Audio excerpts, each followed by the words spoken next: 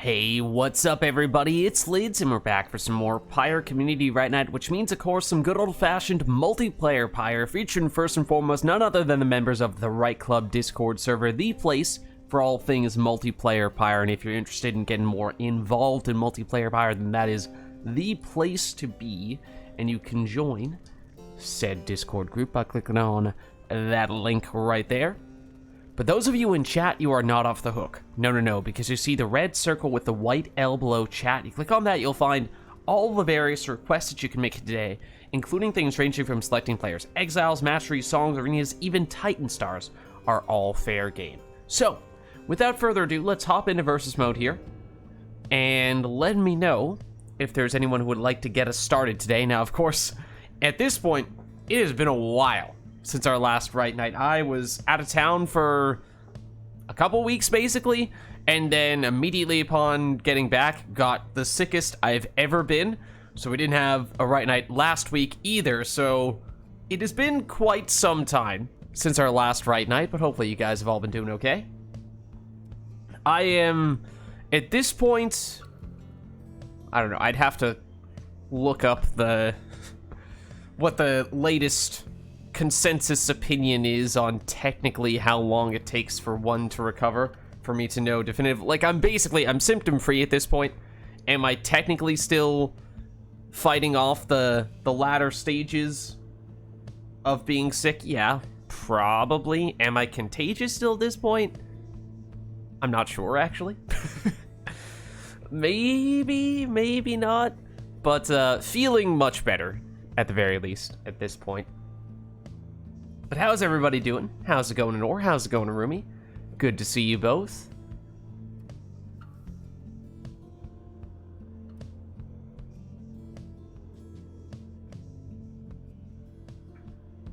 So we will be looking for a couple, as I headbutt the microphone, we'll be looking for a couple people to hop in here, so let me know if anyone is interested.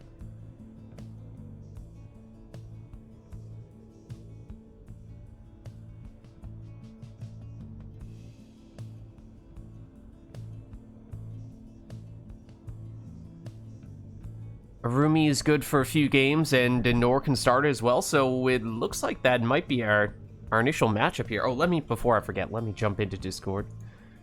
I have not done that yet. Let me do that. There we are. Okay. Alright, so Rumi is in. Nor sounds like she's up for starting us off as well. Let me actually get Steam friends going here. Let's see. So, Irumi, there you are. Nor, here you are. Okay. Alright. So hopefully we can get you two in then. Let us know, chat, if there's anything you'd like to see for the first match or two here, but otherwise, we'll just give these two a second to, give them a match to warm up, especially, sure, it's been a while for me, but it may have been a while for you guys as well. I don't know if you guys were keeping up with your Pyre while I was out of town or not, but perhaps we shall see. Oh, also, hold on, I think I have a controller plugged in right now. Do I? I think I do. I'm pretty sure that was a controller I just unplugged. Hopefully that was a controller I just unplugged, because I unplugged something. Okay. Anor is player 3. Okay, great. Arumi is player 2. I did just recently unplug my controller, so maybe just double check real quick, because it might have changed after having done that. Yes, we did fix the weird remote play bug. This is true. So hopefully, Steam Remote Play says Anor is still player 3. Well, I mean, that's not new. Let's be honest. But she can't do anything. Usually that means that person is player 2, functionally. Hold on. Let me see what Remote Play says. Rumi's player 2 and Nora's player 3 in a 2-player game. That's great. Love that. What if we just... Her bumpers don't work, so that makes it hard to know what if we just get into the actual match and see once we start selecting teams if Pyre / remote play decides to figure itself out. That way we can at least have a better sense, as to whether it's working or not, because right now it might be. It might just be being deceptive. It's kind of hard to tell. So why don't we at least give this a shot? Because of all the crazy things we've seen on Steam Remote Play, this is not the craziest. We might be fine. You heed the summons to the spring of Jomir. You shall take part here in a glorious tradition. Know that the scribes themselves are watching. Night Wings, stand ready. The Essence, stand ready. Alright, so I have not put on your names or anything like that yet, or your triumvirates, but maybe let's just check first. Rumi says his connection is also really bad. Might have to leave, be re-invited. You know, that's maybe not a terrible idea, given the silliness that might be going on right now, especially because Honor is not player 1. Okay. So why don't we... Maybe I'll just boot and re-invite both of you. It feels like maybe that's the right thing to do in this situation. Maybe that's the safe approach. Okay. So let me re-invite you two. Okay, invite sent to Irumi. Well, and invite sent to Honor. Somebody's moving. This might be Irumi, especially because I'm pretty sure Honor had not loaded in yet. Yep. Okay. So it looks like Irumi is fine. Irumi, why don't you select your first character here? Apparently, you'll, at least for this first match, be the Night Wings. We can, of course, switch after this one if you'd like. But why don't you select your first character here, and then we can check to see if Honor has loaded in properly as player 2. Hopefully she has. Connection is still really bad, though. Getting like 5 FPS. That's not good. That's not great. Hold on. Doesn't... Remote Play usually gives little... Remote Play says you have great connection. For what it's worth, Irumi. So, you know... who knows what that means? Remote Play lies. You know... This does not surprise me. That statement does not surprise me in the least, as a matter of fact. Huh. Okay. Well, I am not sure I have any additional levers I can pull on my side. As I have a fix now? Question mark? I don't know. I've done nothing, so if so, that's news to me, but good news, I suppose. Yeah, I've, should still have hardwired connection, so that should theoretically be pretty consistent. But Remote Play, of course, is its own beast, its own animal. Okay, Rumi will start with Prayer Beads on Bertrude. Looks like Honor is player 2 here. Okay, good. I was gonna say, unless Rumi is also setting up player 2.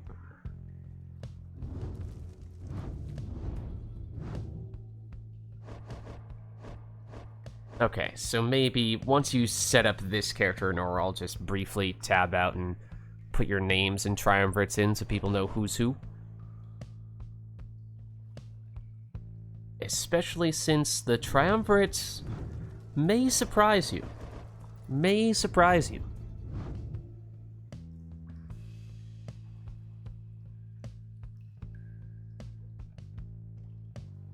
choose someone.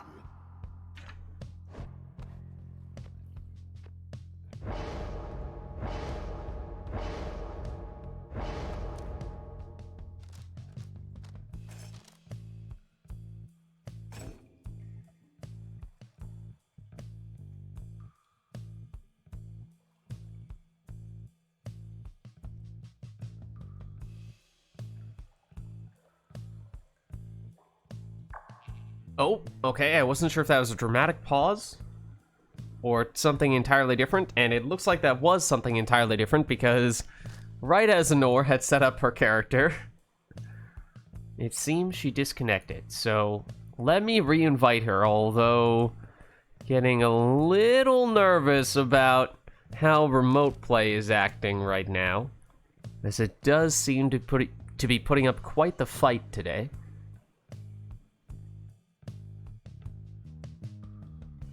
Unfortunately, sometimes such is the way of remote play, and there's just not a lot you can do to fix it.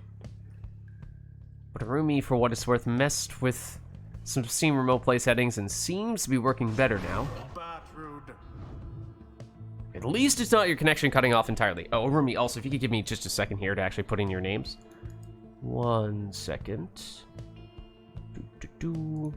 Okay, so we've established Arumi is player 1.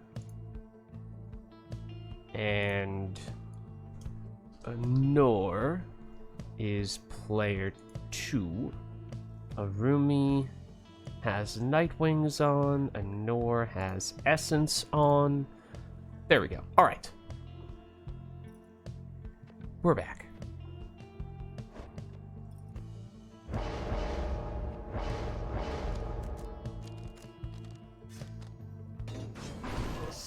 Power casting Snadra, second choice for Arumi.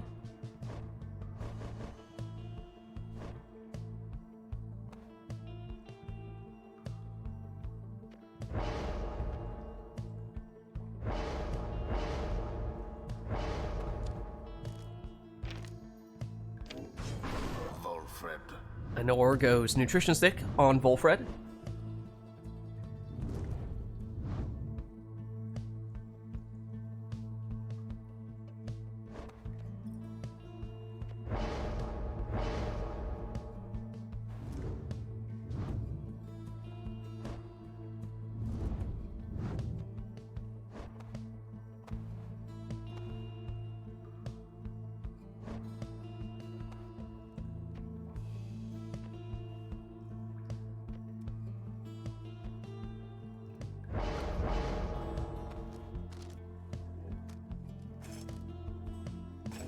And Arumi goes for Super Portals on a Webbed Lanthorn Tizo.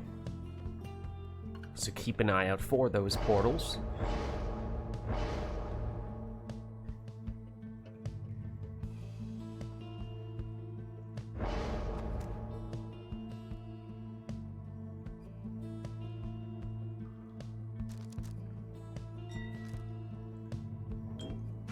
Whereas Anor goes for Astral Eye on Tizo. That's not a common choice, but here we are with our first ride of the night between Arumi and Anor, getting us started today. And as we were saying before, our first RITE NITE ride in quite some time now. Anor maneuvers around the cast and, in fact, nearly avoided getting banished altogether. Nearly able to walk that one in with Volfred. But now, hanging out with Bertrude, sneaks past one defender, but can't hop past Tizo, the defender. Arumi, back in possession. Has that super portal. Infinite stamina after he goes through it, but he's still blocked and banished. Anor, trying to speed past the defender, but can't do so that time. Now, Tizo against Tizo, probably not the character that either player, wants to be attacking with. Then again, Anor did actually take an offensive setup with her Tizo, taking that Astral Eye rather unexpectedly. So much for Volfred. Unfortunate for the Essence. Oh, and actually, everyone down on Anor's side, at least temporarily. Looks like she did take the Numbing Gust, preventing Arumi from sprinting, jumping, throwing, or using any other special abilities while everyone is gone on her side. Although, once they did come back, Arumi able to find a way through, and now Anor with a quick answer of her own for 30 damage from her crone. But now, no Bertrude in this round for Anor, as she did not have prayer beads. But here comes Volfred, shakes off one defender, and throws that one in for 20. Crone versus Crone. Arumi wins out, only to get banished soon thereafter by Tizo, only to get banished by the other Tizo. And Rumi seemingly circling around the opposing Pyre, but can't find a way through. Numbing Gust activates once again here, slowing Arumi down, but now that Nor has some exiles back, he can once again sprint, and that's where his super portals come into play. But not enough of a factor on that occasion. Has won the orb back momentarily. Only for Nor to get it back once again. She speeds through with her Crone. But Bertrude down, now the opposing Bertrude for Rumi. Full threat. Bertrude, opening, oh, but the momentum took Nor in there when she would have preferred to have thrown it instead. Now she is Bertrude-less. Volfred nearly blinked straight in there. Of course, Nor will need to find a way to generate some offense without Bertrude. Naturally, as a sap specialist, certainly possible for her, but she would obviously prefer to have all of her teammates here. But here is Volfred. And as we were saying before, actually more of an offensive setup on Tizo than we would usually see. Oh, and she was trying to get that quick sap throw off, but, well, quick and sap throw are not statements that are usually made together, not unless you're using the quick throwing talisman. But any score will do for Nor here, or at least any score would get back Bertrude, which is perhaps all she's looking for. Numbing Gust active, slowing Arumi down, but once again Arumi, even once he is able to sprint, can't find the way through.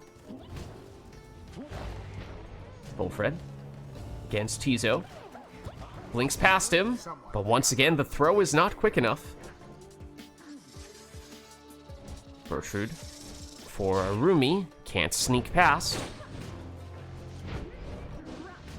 So very defensive this round, the approach from both players, or at least both players struggling to manufacture some offense, as we were saying in Enora's case, maybe in part because she doesn't have what would, by most accounts, be her most natural offensive character. Sorry, Volfred. Opportunity perhaps for Rumi had the Numbing Gust active, but Tizo was close enough it might have been possible to make it in with him.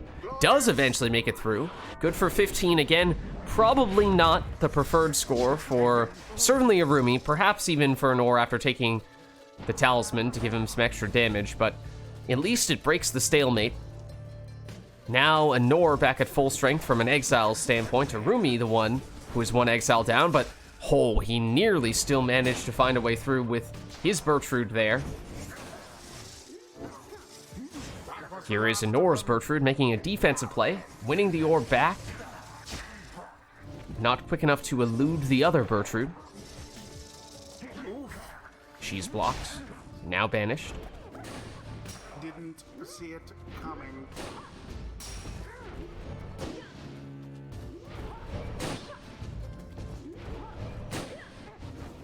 Tizo. Volfred. Oh, and there it is. The blink straight in with Volfred. In fact, for the win, no less. And such a well-conducted victory it was. GG. Thus end this night's proceedings. All right, well played, you two. Now let's head on back. Until the next rite.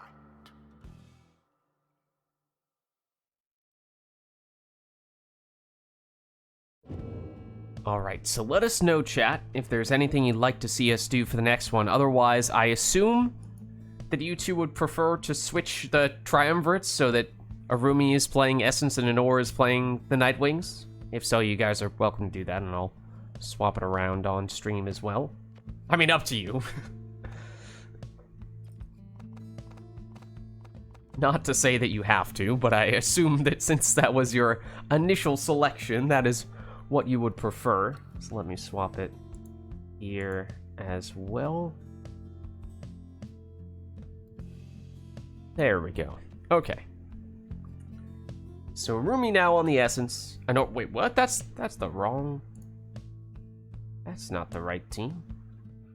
That's not the right team. That is. There we go. Just checking to see if you're paying attention. And Anor comes in and turns Customize off. Okay, so Randomize exiles Masteries and Talismans. So definitely a chaotic match. We could still do, yep, a song. Now it'll be preset ×2. Gotcha. Could do an arena if that's of interest. That's just about the only thing we have left here, if that is of interest. Otherwise, we could, of course, just keep that as a random stage.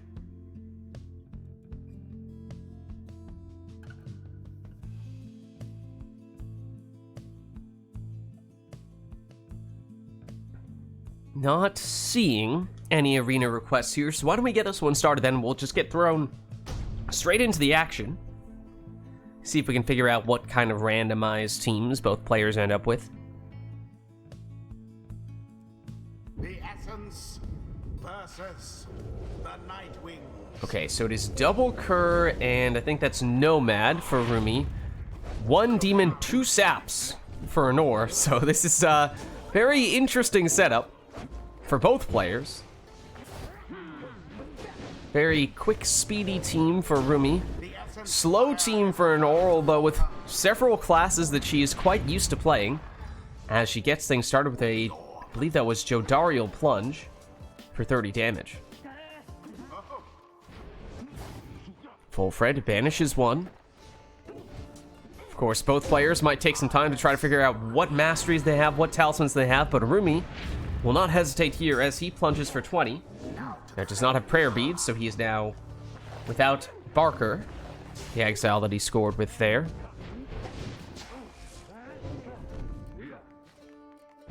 That's interesting colors on Ruki.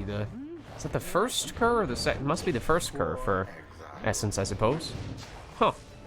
Guess we don't see too many Essence players play Curs nowadays, but it's an interesting combination. Oh, and that's Brazen Manor on Jody, so that's certainly good to know. Snadra, banished there.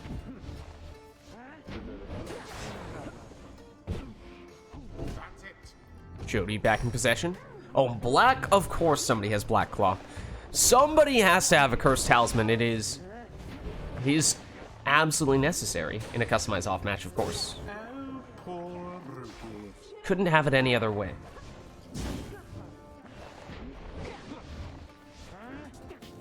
Ruki, oh, cleverly picks the orb back up, snakes his way through the defense and in for just 15 damage. In fact, that means he must be all left side.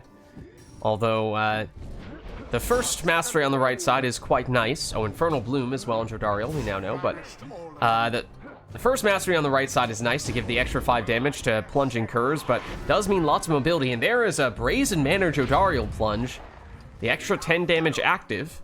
But we now know that Jodariel definitely does not have prayer beads. She had that Infernal Bloom. Rumi probably not pleased about his inability to cast with Snadra, a character who usually would have one of her greatest strengths be her casting ability. I think we might have seen Luminous Idol on one of those saps for Anor. I want to say it might have been Palmus, which is probably not the preferred talisman for him either.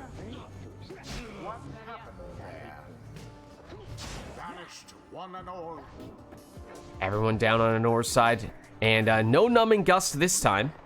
So Rumi's still able to sprint, jump, and throw even when everyone is banished, which is a little surprising given how Anor has 2 saps, but then again it is all the way down on one side of the sap tree, so the chances of getting a randomized sap with such a specialized ability is perhaps still somewhat unlikely. And now here is everyone down once again. So at least a brief window for Rumi, but he wasn't quick enough to capitalize on that. Yeah, it's Luminous Idol on Palmus.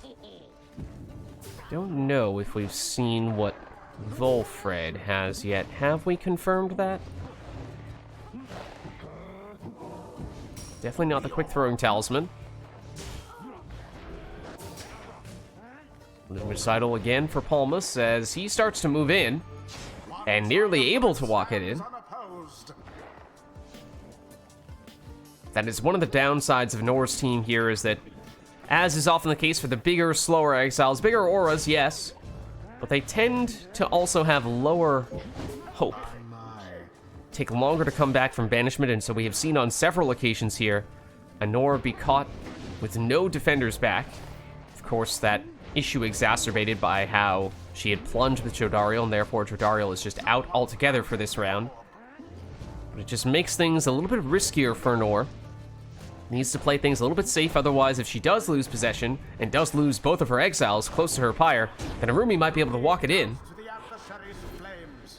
As he plunges for 15 here. But at least for Nor, she now has Jody back, and now Arumi is without Ruki. So we'll see how the players navigate that matchup.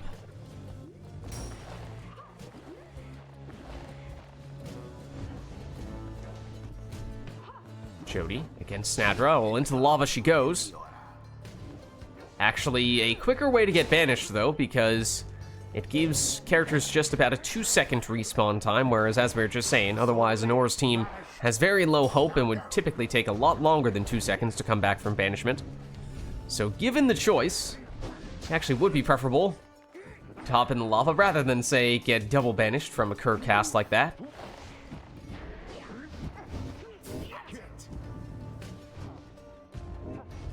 Jody.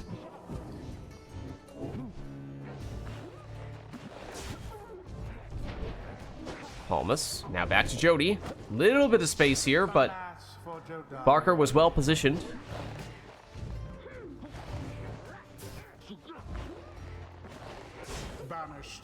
Now it's Arumi who's defenseless here, and that does not happen very often on a team that has 2 Kerrs. But as we were saying before with Nor, now applicable to Arumi, he has 1 exile permanently banished, so it's a little more likely to find this situation where no one back to defend, so a Nor gets the winning plunge. It was as though the scribes themselves stood by their side. GG. The rite is done. Well played, you two. Let's head on back. Until the stars align.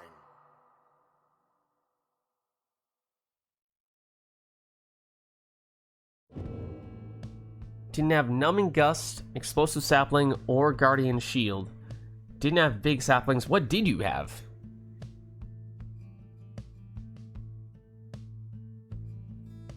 True, yeah, Nomad with no casting is pretty painful. I think it was full-blown Rekindling and Hope. That may be then.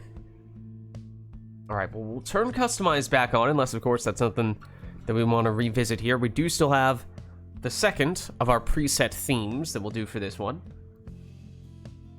Yeah, you definitely had an all-left Kerr. I noticed that, Arumi, because you had one that plunged for just 15. The other one had only 1 jump? Oh. Ouch.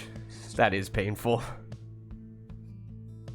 And I'm not sure if I ever determined what either of the Kerr talismans were. Did you guys notice? Yeah, one was full right, one was full left for Arumi on the Kerrs. Meanwhile, apparently both of Nor's saps were 100% right side, maximum rekindling. That would explain the lack of Numbing Gust. Not full right, but mostly right.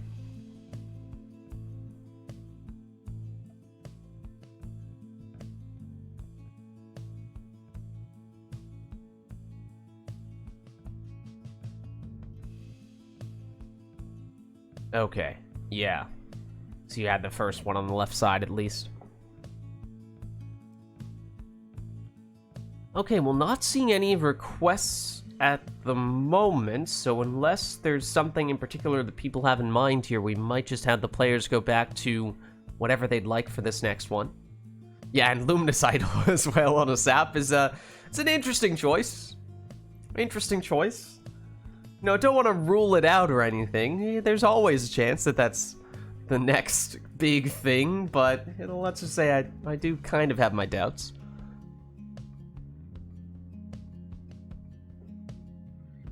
All right, and Anor says, let's try that again. Turning customize off once more. And that means that once again, arena is the only thing we could do here if that is of interest. Otherwise, just about everything else is covered. So let me know if there is anywhere in particular we would like to go for this next one. If not, then we should be all set. So let's go. Oh, hold on, we can do the sermon intro. We can do the sermon intro. There's always time for a sermon intro. There's always time for a sermon intro. How's it going, Blood Princess? How are you? We had a rather wacky setup with a customize off last time around. We'll see what we get this time. Oh, look at this. You are gathered at the hulk of Oris. It's the boat. You are gathered to conduct this rite. Cling to whatever shred of hope you have. The essence, stand prepared. Prepare yourselves, Nightwings. What's up, Sillin? How's it going? How are you? We have a customize off match here, so it is randomized for both players. We have 2 demons on the boat, plus a sap for Rumi. That is a blessed setup. Absolutely blessed. Look at that. Well, look at that. It's Orlek as well. Not just any demon. He is the best character on the boat, period. As Rumi is starting to demonstrate for you. Oh my goodness. That's why. That's why. Then for Anor, it is what? A Savage, a Nomad, and a Sap. Lots of Saps today. Thus far, at least. Even with these customize off matches. Of course, it is customize off. It is randomized. We don't see what the setups are in advance, so we can tell what the classes are. But we don't really know what the masteries or the talismans are, at least not until we do a little bit of experimentation. So keep your eyes and ears peeled here. See if we can figure out what some of those things are. Whoa! What a leap! Not bad from the stowaway. A little bit of leech to add on to that. Now Rumi going to see if he can one-up Anor here. Does he have the Brazen Manor? He does. Can he pull off the miraculous Air Orlek jump, though?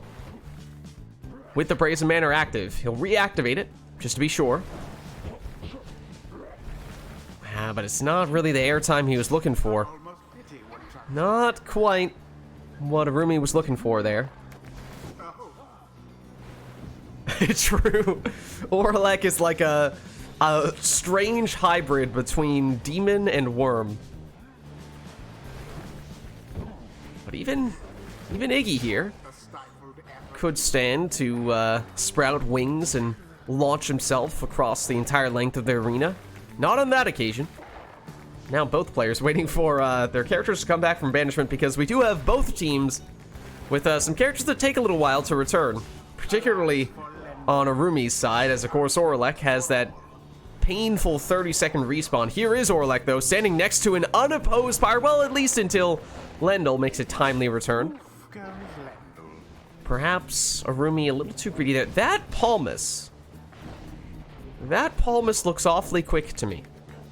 Maybe I'm just making that up, but that seems like a speedy Palmus.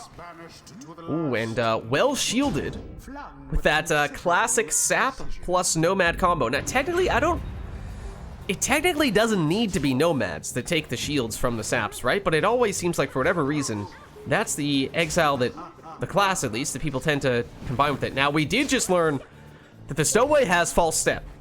So we'll see if Anor embraces that chaos, or if that is just an afterthought here. But it is at least worth noting, as maybe she can do some crazy jumps here as well. In fact, she already has done at least one.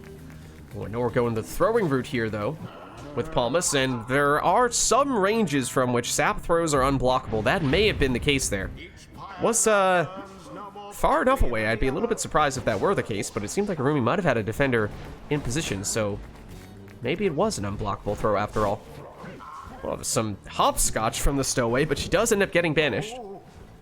Oh, now Arumi looking to set up a Brazen Manor. He has it on both of his demons, Iggy and Orlek. There's the false step on the Stowaway. She will keep on trying, but as will Arumi. Ooh, Unsuccessful, though, with Iggy on that occasion. And Arumi does need to be careful. As we were saying, he has a lot of exiles that take a long time to come back from banishment. He does have Orlek back here now, but if he's not careful, he could find himself in a tricky situation. Anor, back at full strength, only to lose Lendl here, although the cast bounces off the sapling. And now it is just Palmas back defensively. Oh, and Anor leapfrogs over the last defender. Iggy with a timely return, though. The orb is up. He's looking for that big jump over the puddle. Gets rid of one defender. But just makes the move. Oh, and has extra damage as well with the Astral Eye. So 38 on that plunge. But now means no Iggy in this round. Stowaway. We've learned has the false step. Again, does Anor choose to embrace that? Or does she keep things simple here? She has the leech. So she'll get a little bit of value, extra value, from the Stowaway's throw there. And of course, throw means Stowaway still in for this round, rather than being permanently banished. There is the well-timed shield on Lendl, coming courtesy of Palmas. Lendl doing a little bit of his own jumping shenanigans. Brings back the Stowaway.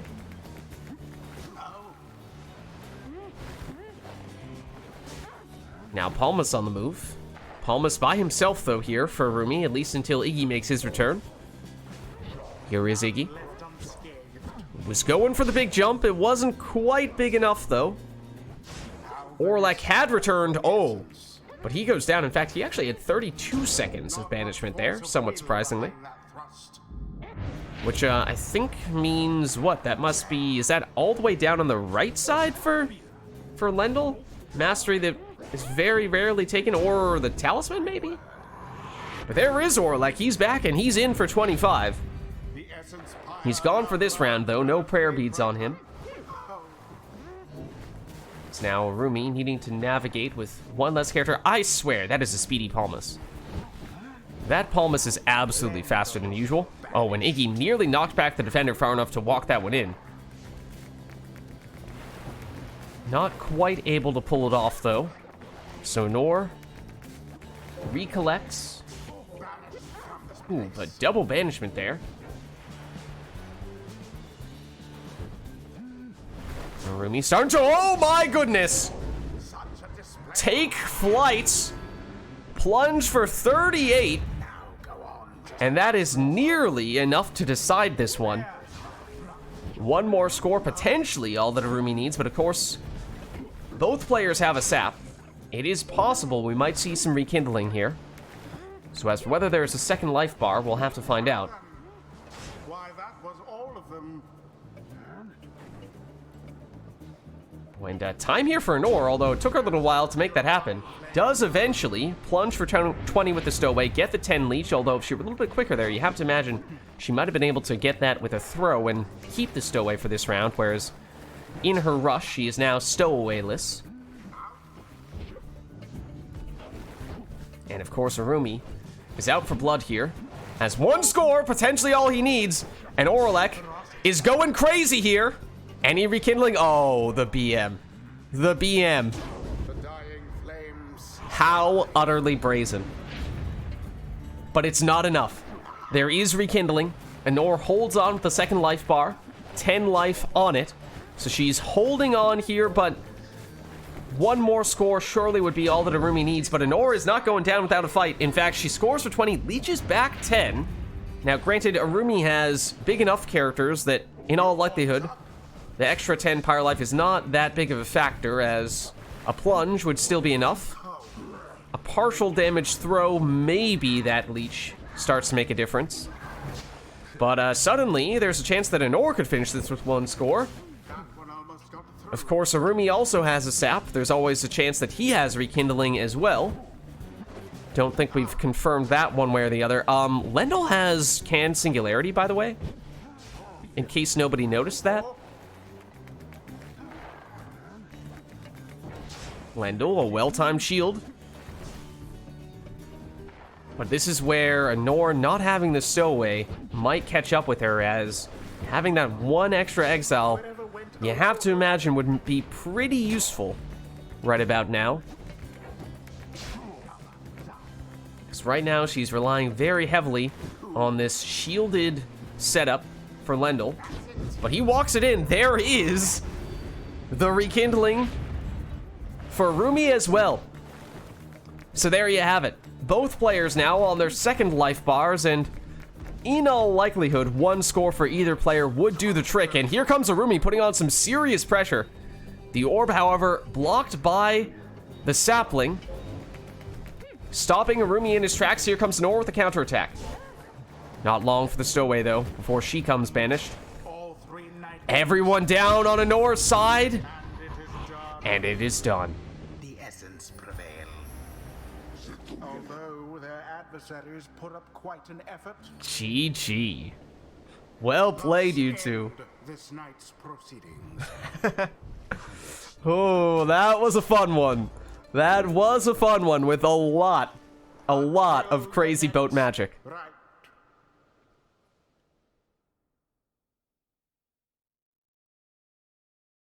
A little can singularity thrown in there. Some brazen manner. Little bit of everything. Little bit of everything on that one. Lendl definitely had R4. I think he did. I think Lendl did have R4.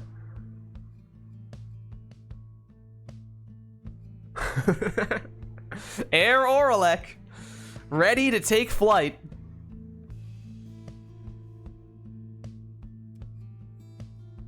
Stowaway was full left. We saw the false step. I didn't notice that she had the infinite stamina. But oh man, that was a good one. That was a good one. Yeah, that is tough. That is a painful one, not having the quick cast. That is one that is very easy to take for granted. Oh, that's the R4, is the infinite, okay. I guess all I remember is it's one that people never take. False step is... So what's the other one then on the left side? Because you have the super jump. Is it the web feet? Yes. Okay, and that doesn't come with infinite stamina. That just slows down neighboring opponents, nearby opponents.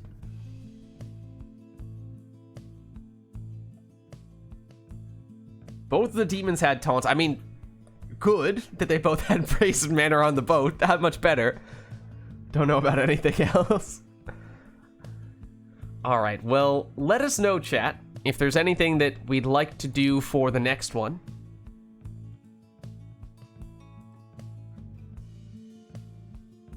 Otherwise, of course, we can just have the players take whatever they'd like here. Although, I mean, that was a customized off match. I think that was about as good as it gets from a setup standpoint for customized off matches. Throw in the boat as well, and that's a hard one to top.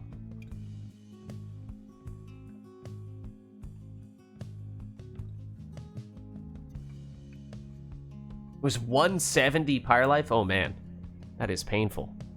That's a lot to break through. Alright, well, not seeing any requests from chat, so unless we have any last second thoughts here, I think we'll just hop back into the next one and have the players take whatever they want for this. So let's do it.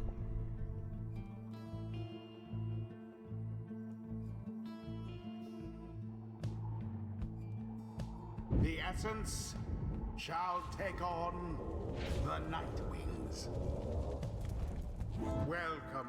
Alright, so they can pick their teams this time. The rites. And it's been a little while since that was last the case, so we'll see what they choose to go with here.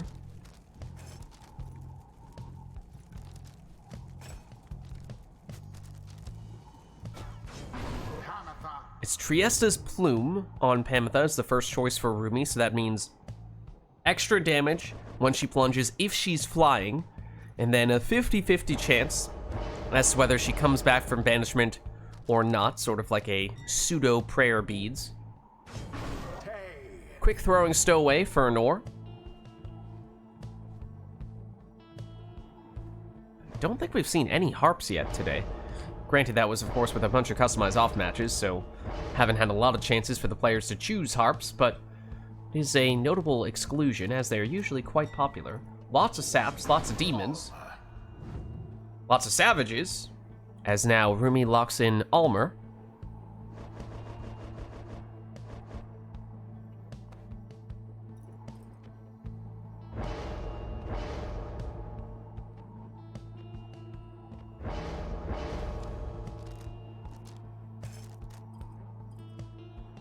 And Anor also goes on her with prayer beads there, so he will come back from banishment if he plunges.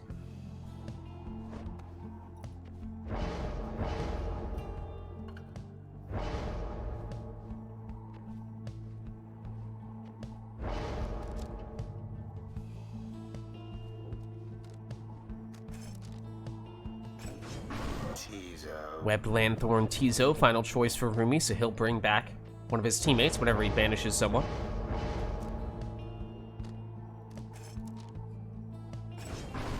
And same thing for Anor. Alright, so here we are. Anor teleports to the orb and quickly jumps into throwing position, gets it in for 20. And looking to follow suit with another play like that from the stowaway, but this time Rumi able to stop her. That is a very quick Pamitha. And Rumi, ooh, ideally wants to fly in, because that's just 20 damage. Would have been 5 more if he had enough stamina to fly, and would have had a chance at least of keeping Pamitha for this round, and was not the case, and so now Anor able to throw it in for 20. And nearly jumped in with the stowaway. Although second attempt, this time with Almer, he does jump in, and I believe he did take prayer beads, so he is back in this round. He'll teleport to the orb, but he'll get banished. Pamitha for Rumi. Stopped. Imp for an imp. Stowaway trying to do some ninja savage strats, but also stopped. Rumi through the portal. Throw intercepted. Anor through her portal. Doesn't take her quite as far, though. Stowaway looking for the angle, but she's stopped. Oh, except Anor teleports back to the orb right next to Rumi's Pyre. Nearly walked it in. Stowaway to try again. But Rumi has it back here and has the throwing angle. Gets it in for 20. And Anor teleports and banishes and gets banished in the process, but Pamitha has returned. She's blocked, banished. And now both imps take each other out. Pamitha against Almer. Finds the space to make it in, but once again just walks that one in rather than flying it in. Means missed out on 5 damage and at least the chance of coming back in the next round. And those types of things could start to add up, although Almer throws that one in for 20, and now one more score, potentially all that Rumi needs here. Except everyone down on Rumi's side means plenty of time for Anor to walk this one in, and okay to plunge on that occasion because she has prayer beads on Almer. So now a likely sudden death round here. 20 Pyre life left for both players. So next score probably would be the deciding one. Barring it being a Tizo score or a partial damage throw, but that's exactly what it is. Just 17, so Rumi is holding on here with 3. Surely anything for Anor would do now. Rumi needs to at least make sure that's a full damage throw if it is a throw, and there it is. GG. So narrowly achieved, and thus more glorious. The pain. The pain. It's complete. The 17 damage throw versus the 20 damage throw. Until the stars align. Sometimes it makes all the difference. All right, well, let us know, chat, if there's anything you'd like us to do for the next one. Yeah, and what's the difference? 0.05 seconds worth of charging? Practically no difference whatsoever.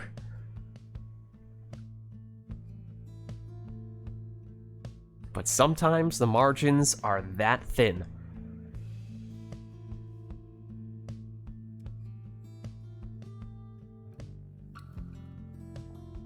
All right, Blood Princess has turned customized back off here.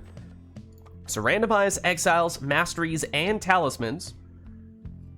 Won't even get to see what those things are in advance, just gonna get thrown straight into the action. Could still do a song, could still do an arena, if either of those things are of interest.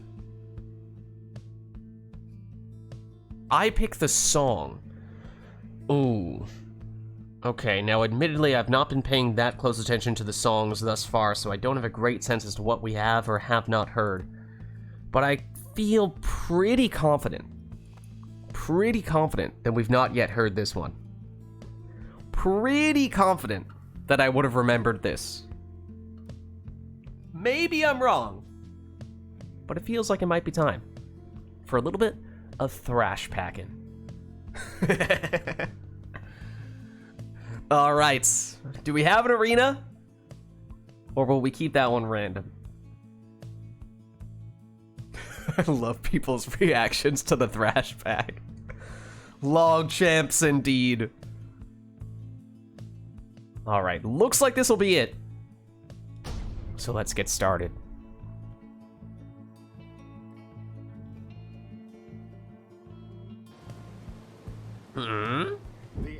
I hear the water. Okay, no, it's Fall Solium.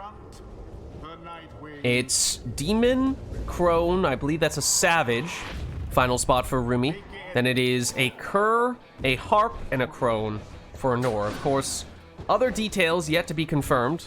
Talismans and masteries, we'll have to figure that stuff out. It is Zoxiana here for Nor. She's blocked. Takes out one of the defenders, though. And, oh, nearly made it through there. Rumi checks for the Savage Salute. Does not have it on Ulmer. Wait, somebody had Luminous Idol. Was it Ulmer?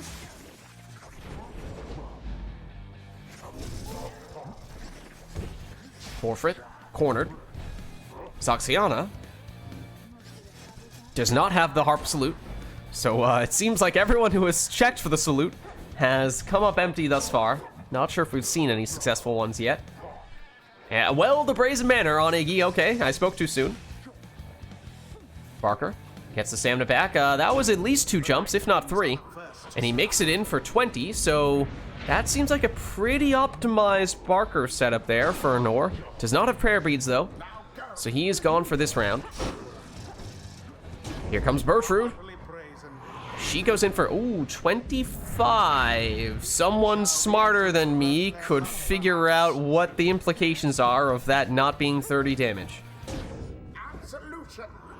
Barker back in for another 20. Oh, and that was a very dramatic play there from Zoxiana. But Rumi is unfazed. He jumps in for another 25. Rumi, who I believe oftentimes has considered himself a Crone player, is taking advantage of his Crone. Just saw the explosive temper on Barker, so he must not have triple jump. A Luminous Idol was on Ulmer. That's not bad. That's not a terrible talisman for him.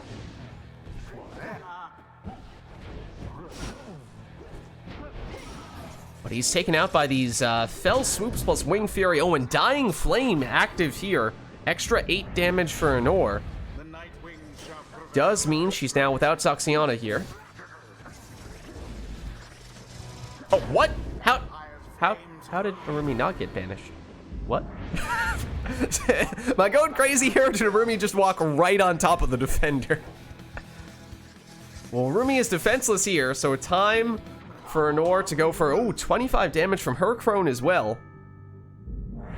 In what is now probably with an asterisk, a 1-score match. Oh, but Nor has the Crone Salute. All of Rumi's team defenseless Howlers. So Nor seals the deal.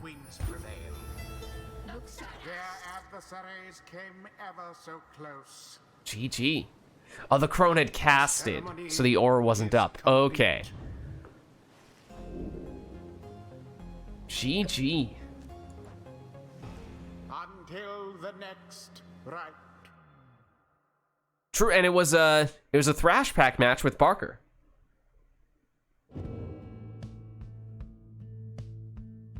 Rumi had a full right side.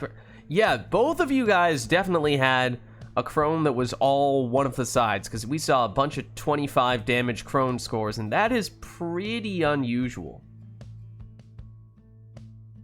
But yeah, that theoretically means Arumi must have had the curse as well, the salute. Ah, but then he forgot and assumed it was all left side and didn't break it out. I mean, that might have been the deciding play, but, you know, that's sometimes what it comes down to on the customized off matches. Is just who has that extra little ace up their sleeve, that little spark. Sometimes you don't know definitively if you have it or not. Sometimes you just press the salute button and pray. Alright, well, let's reset the song, and we'll put Customize back on, but let us know if anyone would like for us to do anything in particular for this next one.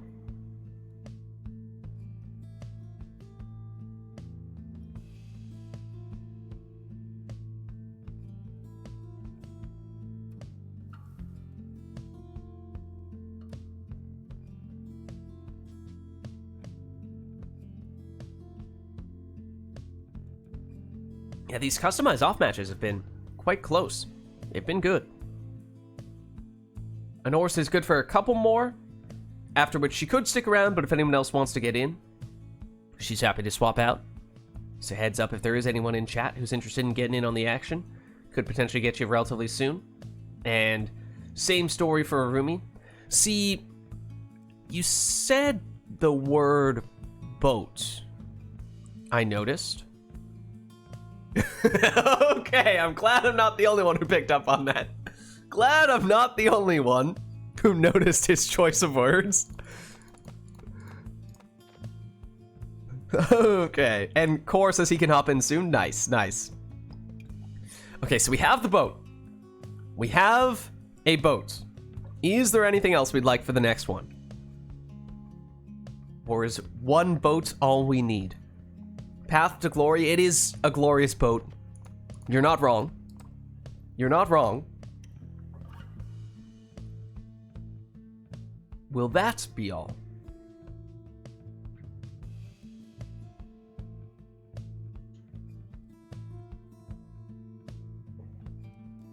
Looks like it might be. So why don't we get this one started then?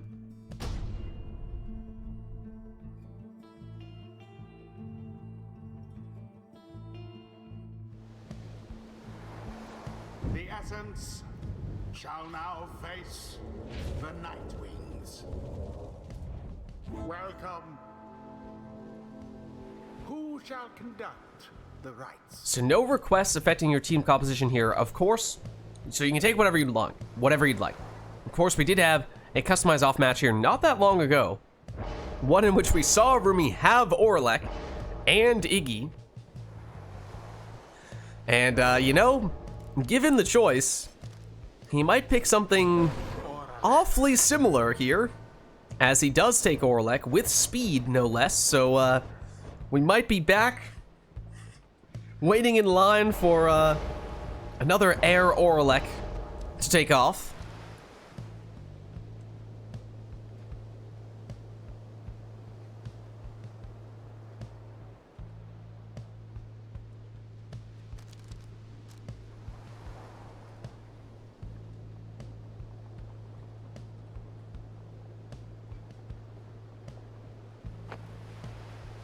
And Honor potentially prepared to do the same. Didn't take the speed, but took the extra plunging damage on Kerfang.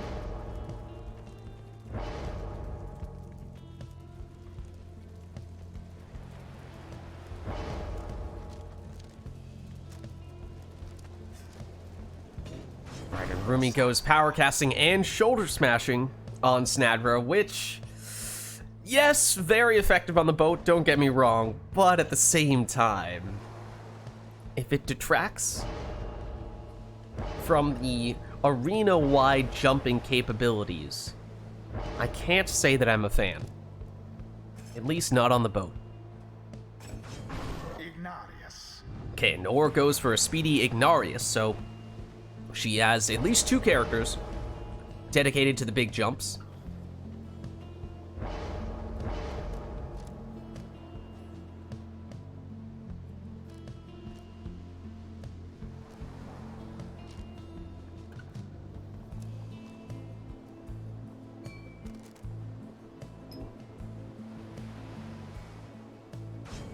Rumi goes for more speed on Iggy. The Lunar Glass is a percentage speed increase, which tends to mean it's best on characters that are already quick. So on Ignarius, not sure it's going to make the biggest of differences, but I respect the thought. And Anor goes for triple demons here, so she is all in on the arena-wide jumps.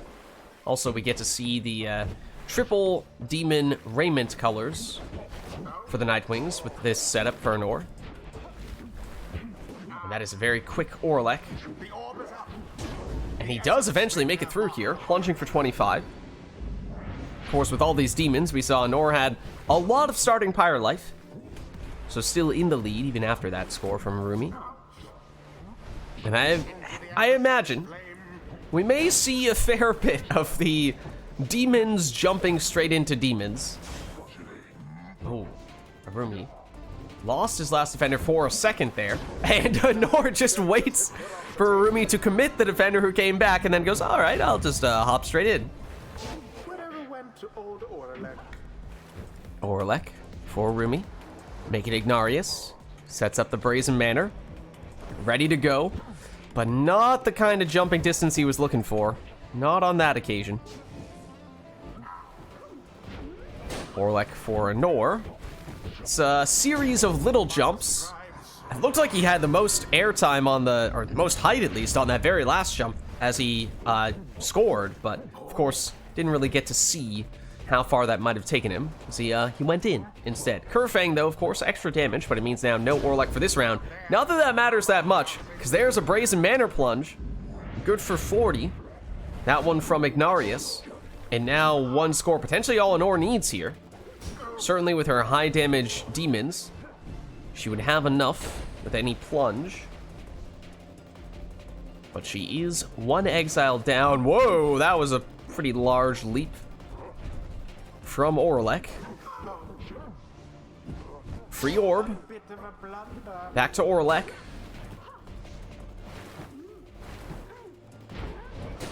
Oh, and Anor waits for Snadra to commit the cast.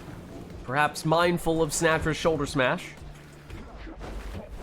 Oh, but look at that speed from Orlek that time round for Arumi.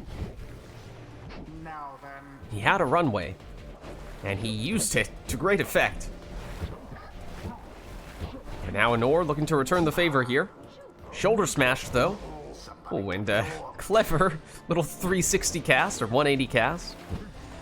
Iggy nearly leapfrogged over and created enough space to make it in there, but couldn't quite finish the job.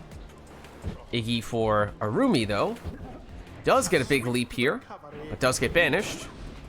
Jody somehow avoids banishment. Somehow banishes the last defender. Anor. Ooh, big leap. And finishes the job.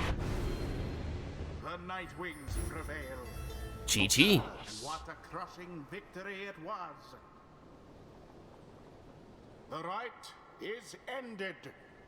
All right, well played, you two. I don't know, did that one feel like we had as big jumps as we had a few matches ago? We had a few decent ones there, but I feel like last time we had at least one huge one, right? I feel like we didn't quite reach those heights this time round. Till the next rite.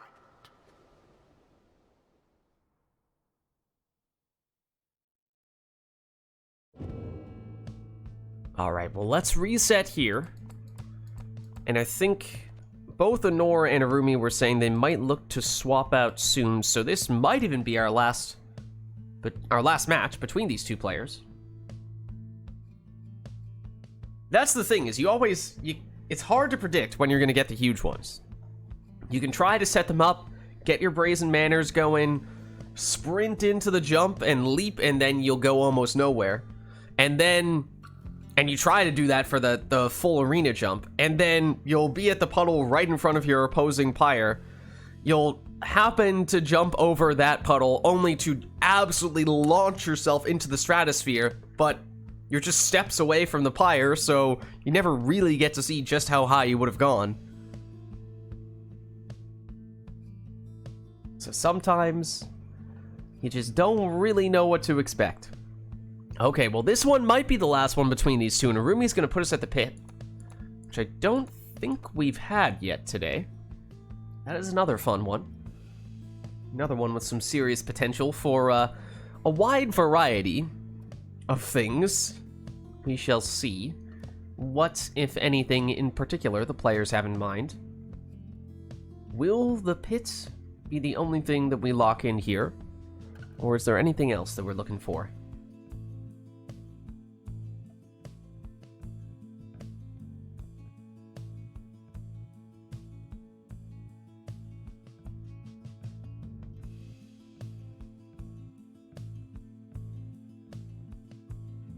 Looks like that might be it. So why don't we get started?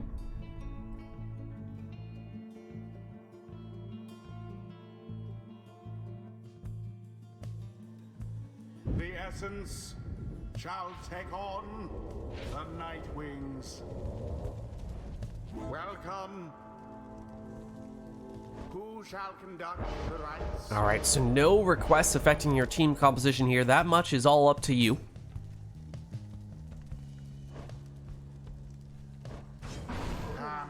Arumi goes for a super speedy Pamitha.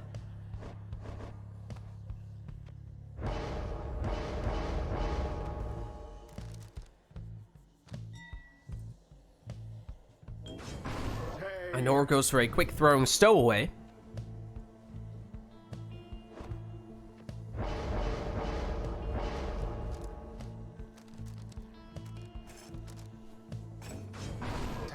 Harp number 2, it's a Prayer Beads Tamitha for Arumi.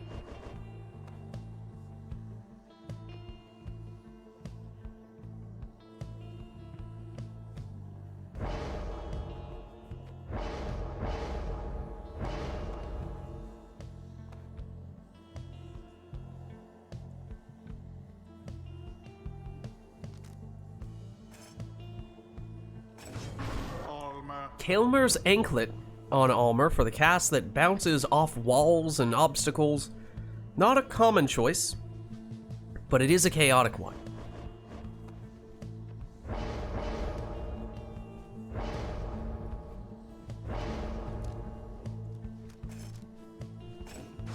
Then it is finally a third harp for Rumi. Web Lanthorn on Zaxiana. So Rumi goes the harp route.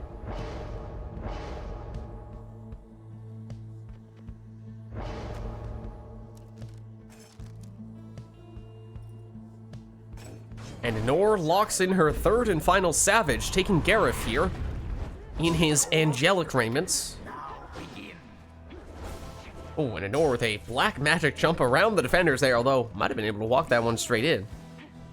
Oh, and Arumi goes crazy off the walls, building up speed in the process, setting up this 20 damage plunge, and has his exile back. And might be looking to do something similar here. Build some speed. And once he gets going, it's bouncing time. Ainur trying to go the Ninja Savage route. Meanwhile, Arumi is just bouncing everywhere.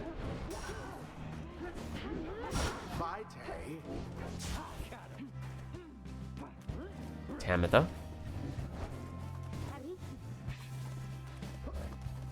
Gets the stamina back. Initiates the bouncing sequence.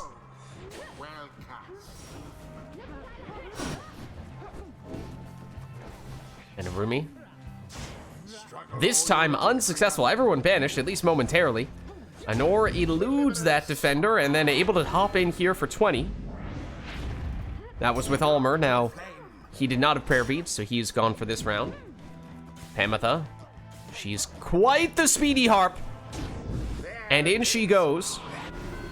That's another 20. Stowaway says, I'll take that if you don't mind. But she does go down. That leaves just Tamitha back. And, well, I think we know what Arumi is up to here. I think we know what his plan is all about at this point. But meanwhile, Ainur throws this one in for 19-1 off the maximum. We'll have to see if that one damage she missed out on proves to be relevant. Tamitha. Seemingly, that time, slow motion with the bounces, just to throw us all off. This time, definitely back to full speed, though, just to keep us guessing. Stowaway goes the ninja route, and able to split the defense there.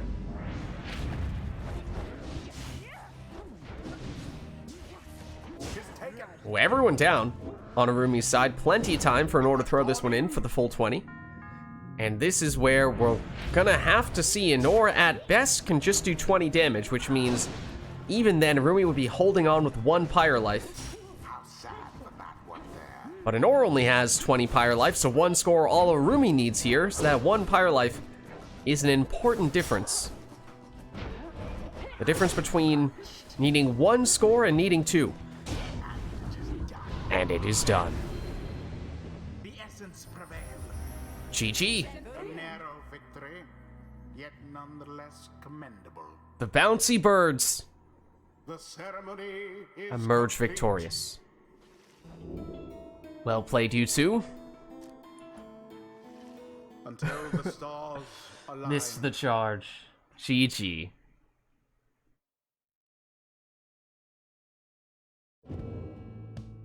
Alright, well, let's reset ourselves, and I think we were talking about potentially getting one, if not, if 2 people are interested in swapping in here. I think both Anor and Arumi had volunteered to swap out at this point. I know Core had expressed some interest in getting in, so Core, if you're still interested and available, we could do that. If anyone else would like to hop in, let us know. I think we basically have 2 open invitations here.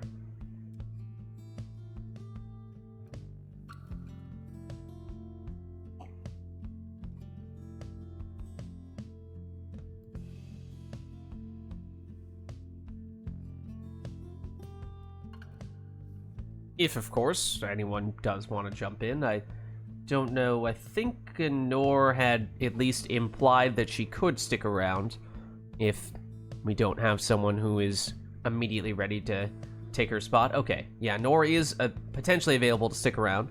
I don't know if the same could be said for Arumi or if he must go. Arumi can stay for a few more games. Okay, I mean, I think Core was the one who had most immediately expressed interest, although I'm not seeing him at the moment. So, unless... There he is. Okay. He says he can wait? Okay. So yeah, in that case, I suppose Anor or Arumi, I don't know if you guys feel like that was the culminating experience, the natural concluding match between you two for today, or if you have other things you'd like to throw on top of that. Anor did say she potentially has some requests, but I think she suggested that it would be mostly for other people if they were to get in.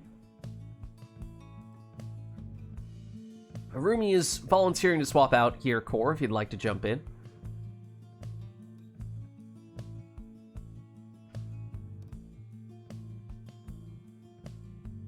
No you. No you. No you. No you. Okay, Core needs 10 minutes anyway, he says. So yeah, in that case, why don't we do one more between Anor and Arumi? Okay, Anor says in that case, let's go to the Isle. Alright. She's also choosing Exiles. Right, I feel like... I feel like all you had to do was request the arena. Everything else was just gonna be implied, but that would have been enough. I don't think it would have taken much to convince Arumi to go full imps. Okay. Song as well. Song as well.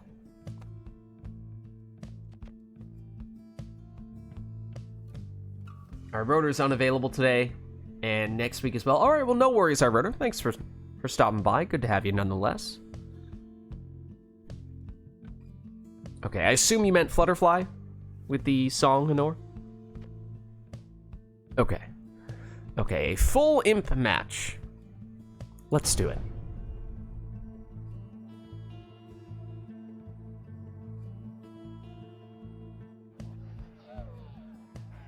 The essence shall confront the Nightwings. Welcome. Who shall conduct the rites?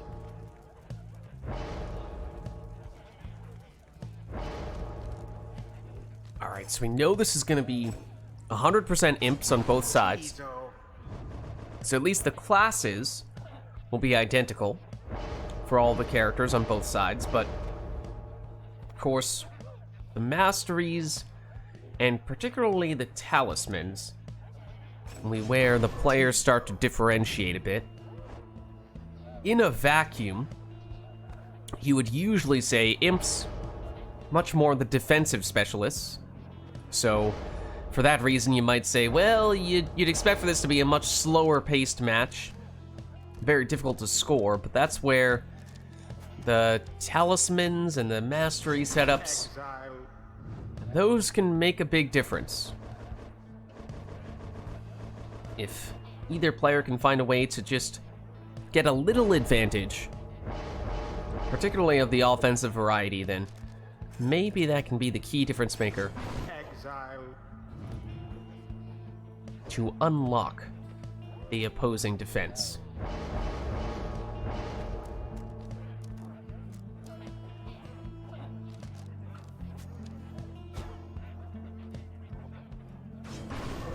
So maybe that's infinite stamina. In the case of that last imp from Arumi.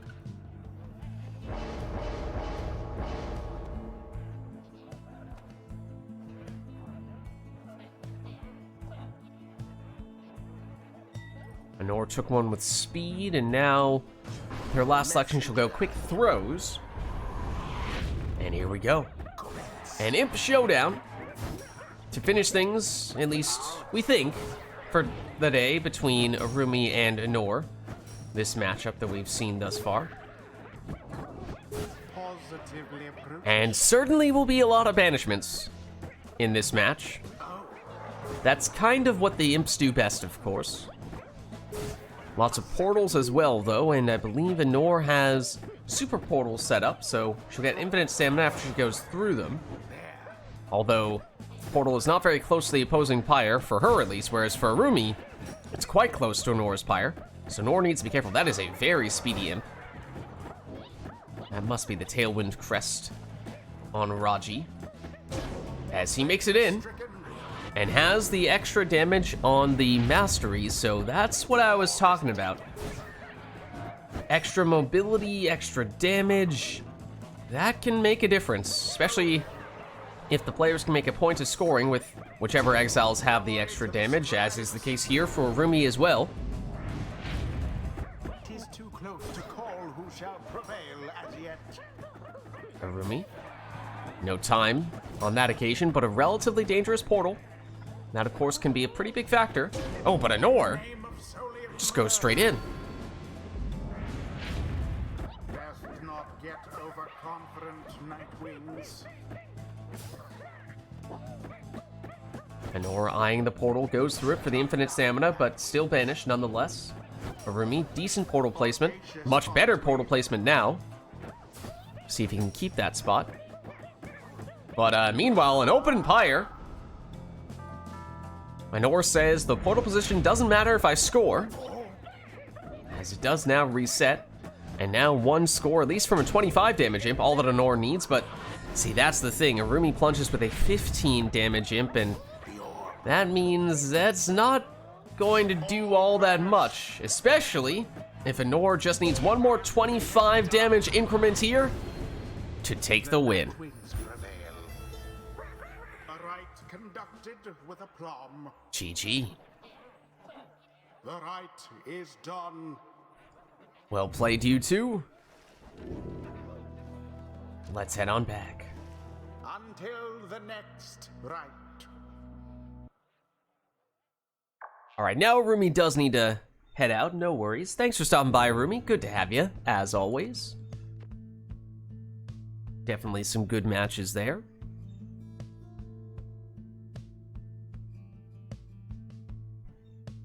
And so now we are looking for someone to hop in to take Arumi's spot. And Core, if you are available, this would be your moment, I suppose. That works for you? Okay.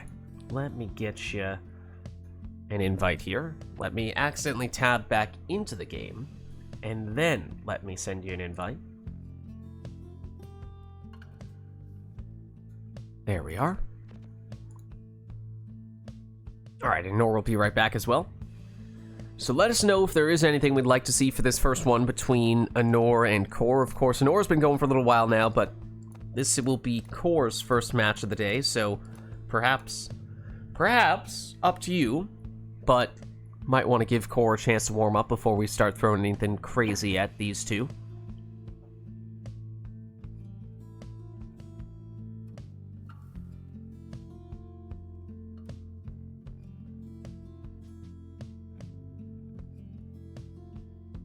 And Core, you could try to use your bumpers to see if you can figure out if you're player one. Presumably you are, but then again, it's remote play, who knows?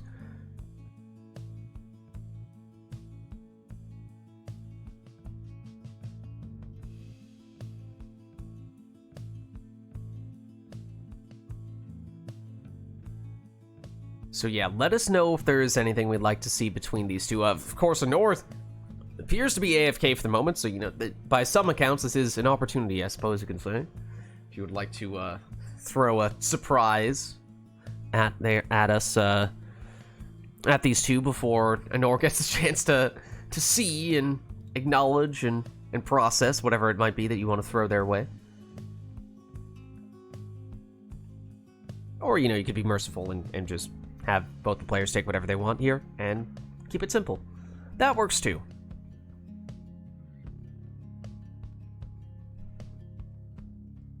Alright, Anor is back. Oh. Okay.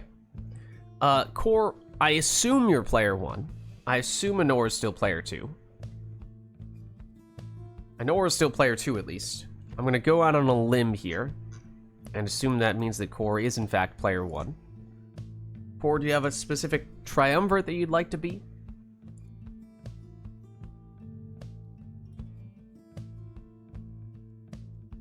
Is Core in Discord? Core is in Discord, but he's muted. Okay. He has muted himself.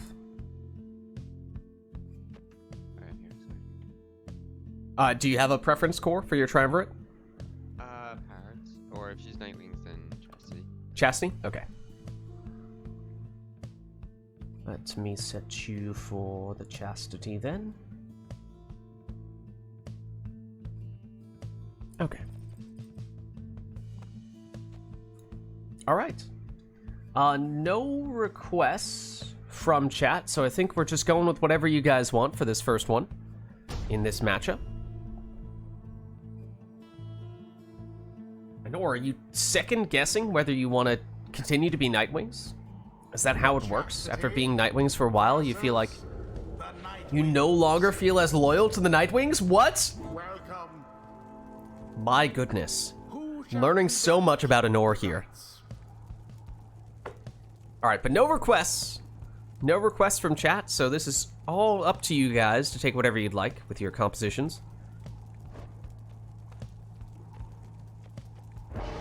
I don't think we've seen a single worm today, even in the customize off matches, even as I accidentally knock my medicine on the ground.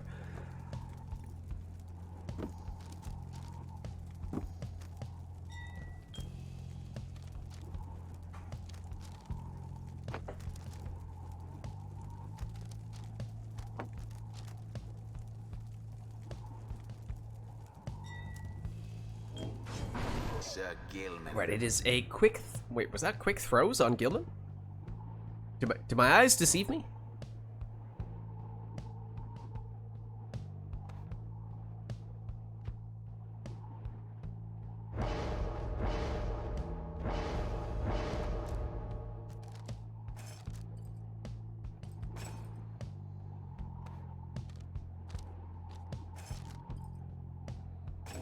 Anor goes Speedy Jodariel, extra starting Pyre life as well.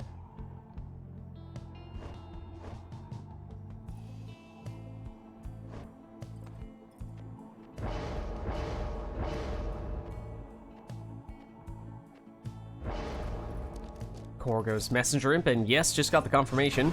Messenger. That was quick throws on his initial worm, despite worms starting with the quickest throw speed. One might argue overkill, but perhaps Core has something in mind here. Let me cook, Lids. I'll let him cook. I'll let him cook.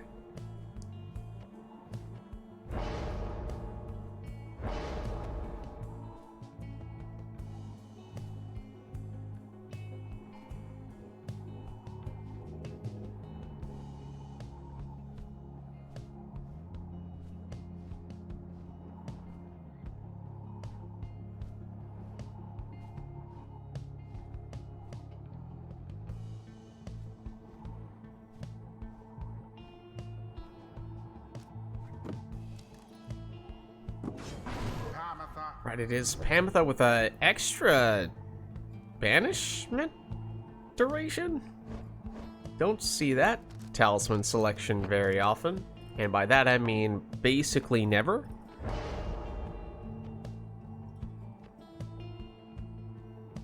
Uh-oh.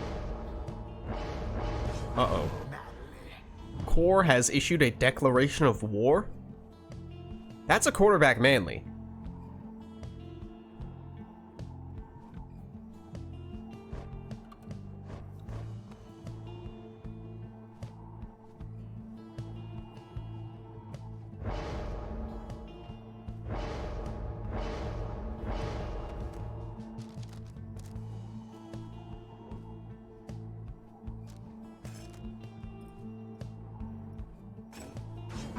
Anor goes Webbed Lanthorn Tizo, and now here we are with our first Core Anor showdown of the day.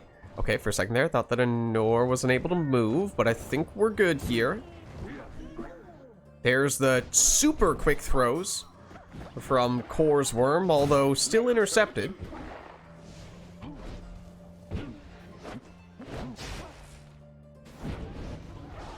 Manly, back in possession, and he is a quarterback. He can throw it from an alarming distance, but it is Pamitha and her counterattack, plunging in for 20 here to get things started. Gilman sneaks past one defender, blocked by the second. Jody, blocked.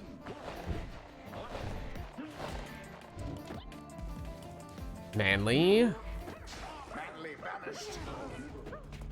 Now just Tizo, now nobody for Anor, and some time here for Core to set up the long-range sap throw, good for 25.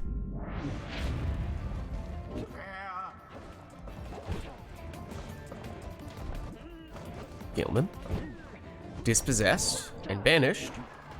Jody hops in, good for 30. Gilman sneaks around, but Tizo's still in position. Oh, and Core sets up a portal directly on top of Anor's Pyre. If Core is to get the orb back, he can basically walk through that portal for an automatic score. So Anor needs to be careful here. Trying to guard that portal. Core seemingly abandoning the portal now, though it is still there, although Anor able to make it in with Pamitha, and now portal reset and threat averted. Ooh, and Gilman sneaks under the defender and able to throw that one in for 15. He's back this time, but banished this time. Pamitha out of stamina. Jody applying some pressure here, but down she goes. Manly. Anywhere is throwing range, although that one might have been off target.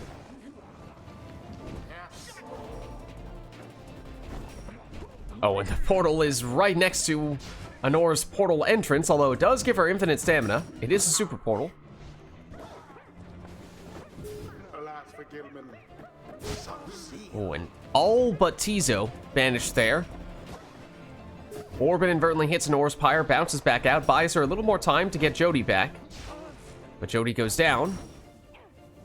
Good.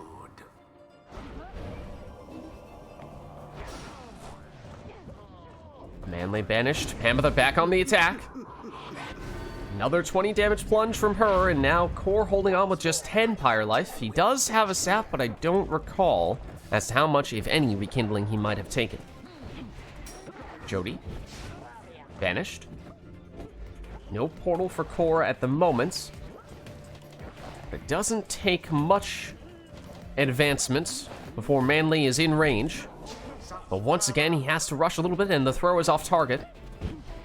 Jody knocks back one defender and has an opening here, but it's just 8 damage. Core holding on with 2 Pyre life. Throws it in for 15.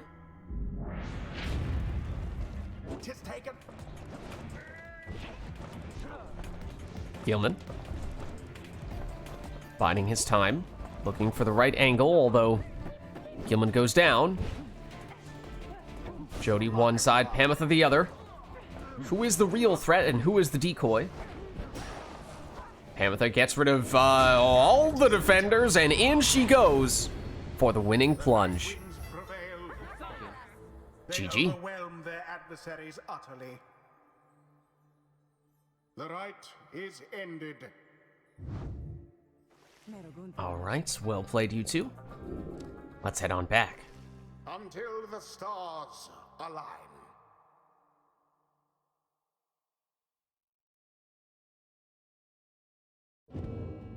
All right, so let us know if there's anything we'd like to see for the next one.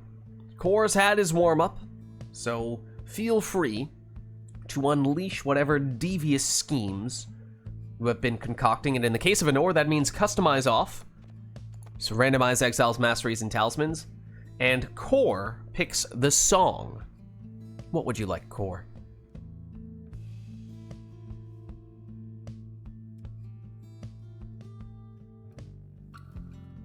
Forbidden Knowledge. Forbidden Knowledge is the song selection. And then Core says, well, I mean, if we're going to do that for the song, we might as well do the arena to match.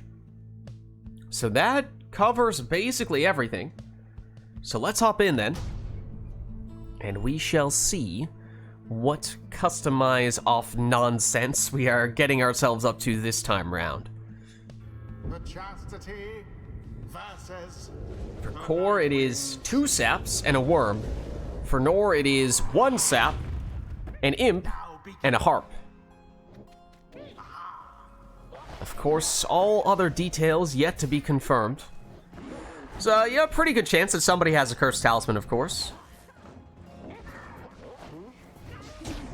Core does get the throw off this time. Just a quick 9 damage throw. Anor does have super portals. Core nearly able to sap, blink his way into the Pyre that time, but not quite. That seems like a very large aura on that sapling. Maybe it's just that there are a lot of characters around there, but even still, from that range, that sap throw from Core, it might have been unblockable.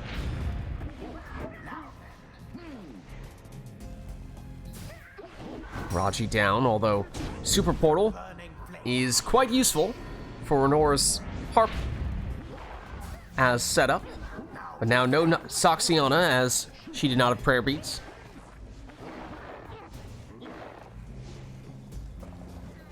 Orb locked down by Core's sapling, allowing Gilman to come in and scoop it up. Now Raji. He's taken out though, and Anor's defenseless at the moment. So time for Core to charge up a 25 damage sap throw.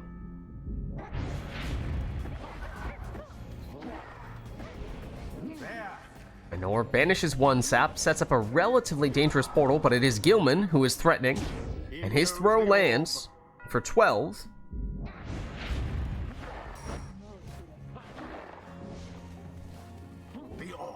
Full Fred.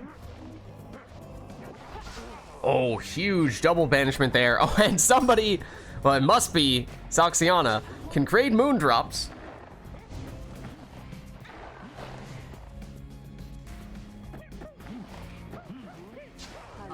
Core just looking for an angle to throw it from, but not quick enough on those sap throws. Yes, they have great range, of course, but they are not the quickest of throwers, which does make that difficult to capitalize on that throwing capability. Zoxiana snakes her way around, and then Harp pushes her way in.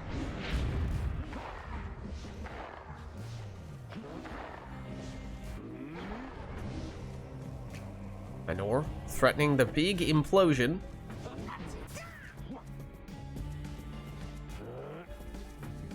And from that range, the sap throw does make it in. 25, and it drops Anor down to 8, of course, with all these saps.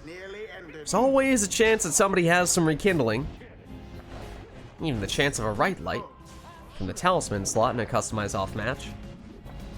So this may not be a one-score game, but that remains to be seen. Core, ready to test that theory, of course. Anor's Harp push eventually does get Anor in for 20 with Zoxiana. Anor quickly sets up the portal. It does mean, at least momentarily, that she had only a sap, and now that sap throw... Well, speaking of RITE Lights, yes, that was 10 rekindling from the sap mastery and 20 from a RITE Light. So that is why you saw 30 there, which is a bit of an unusual number to get to on the second life bar. But Core has been able to get several of these relatively close range sap throws, many of which likely were unblockable.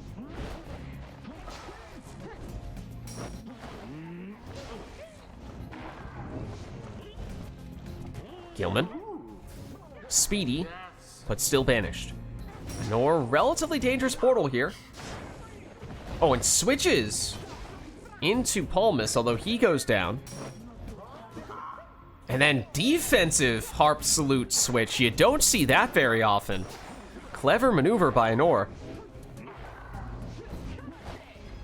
Zoxiana still trying to find a way through, but can't get away past Volfred here. And is that in throwing range? That's probably just outside of it. It's Core trying to weigh how best to make a little bit of an advance toward Anor's Pyre, and does get just close enough for the winning throw. Their pyre burns, whilst that of their adversaries is but ash. GG. Thus end this night's proceedings. Well played, you two. Let's head on back. Until the next rite.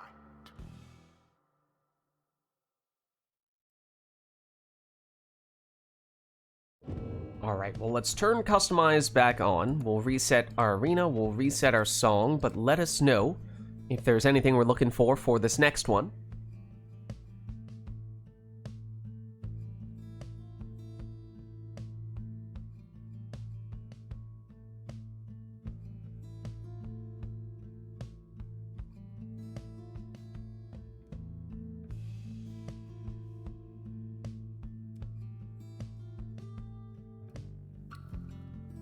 If not, then of course, we can just have these two players take whatever they'd like.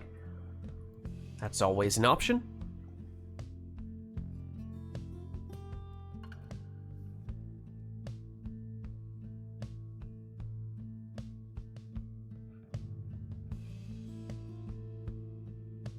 Seeing no requests, looks like that is the direction we will go. So let's get started. Anor says probably good for 2 or 3 more, and then she'll go. Getting a little late for her. No worries, Anor. So heads up, if there is anyone in chat who'd like to hop in, might be looking to call your name soon. Otherwise, we might just wrap things up. Who shall conduct the rites? Anor has been going for a while. This is true.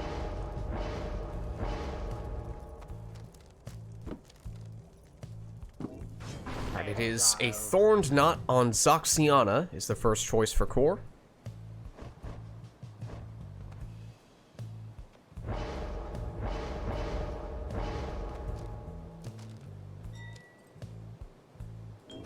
Anor will go Ninja Stowaway.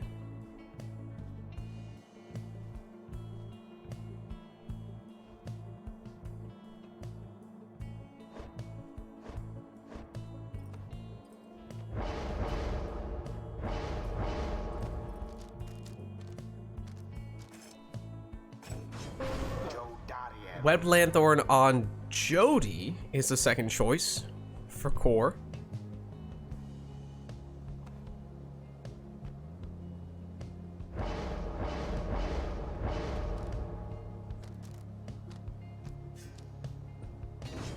Then Anor goes Power Casting Headwind.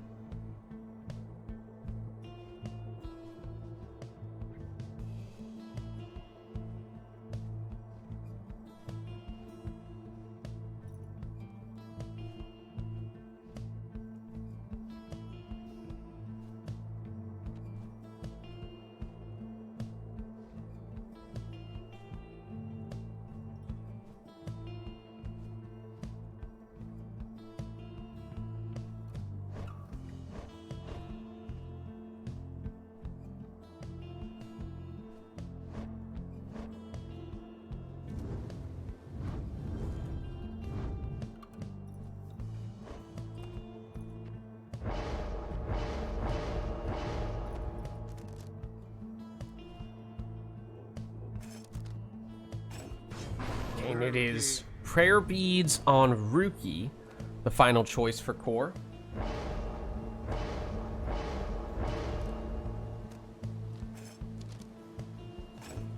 And Anor will go Webbed Lanthorn on Tizo. Anor teleports to the orb with the Stowaway, although the Stowaway is quickly banished by Zoxiana. It's going a little crazy with the Fell Swoop, but she does go down herself. Stowaway is back. Not for long, though. Now Rookie. But he's sniped by Headwind. He's trying to chase down Zoxiana as well, who has a lot of exiles to Fell Swoop there. Clearing out plenty of space for that 20 damage throw. Stowaway first the orb and throws it in for 16. Stowaway first the orb once more. This time blocked. Teleports back to the orb. Throws, but slightly short. Now Rookie off to the races. Brings back the Stowaway. She tries to ninja her way through, but she's still caught by the edge of that Fell Swoop. And it's 11 damage from the Harp Throw for core. Stowaway down once more. Zoxiana trying to clear out some more space. Gets rid of Headwind. Rookie advances. Zoxiana taken down on the other side. Now Headwind. And Tizo. Both of which mostly defensive characters. You'd have to imagine Nor is waiting for this, the Stowaway, to come back as more of an offensive threat. But meanwhile, Core is ready to go with Rookie as he quickly plunges in for 20. Stowaway back at it. But Core wins it back, gets rid of the defenders, and throws it in.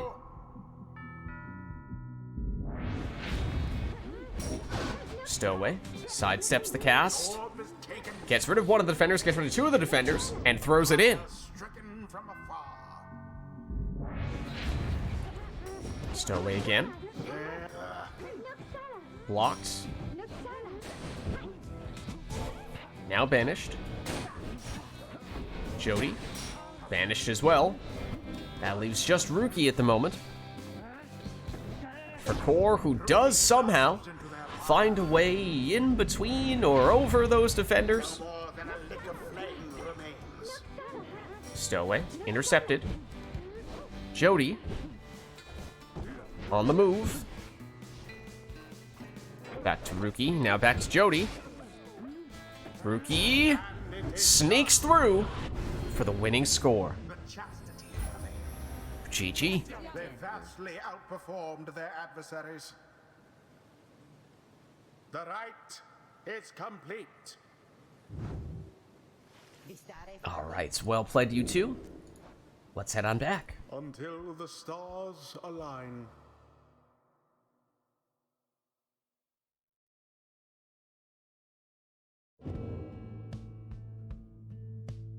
Turns out Kerr can be good.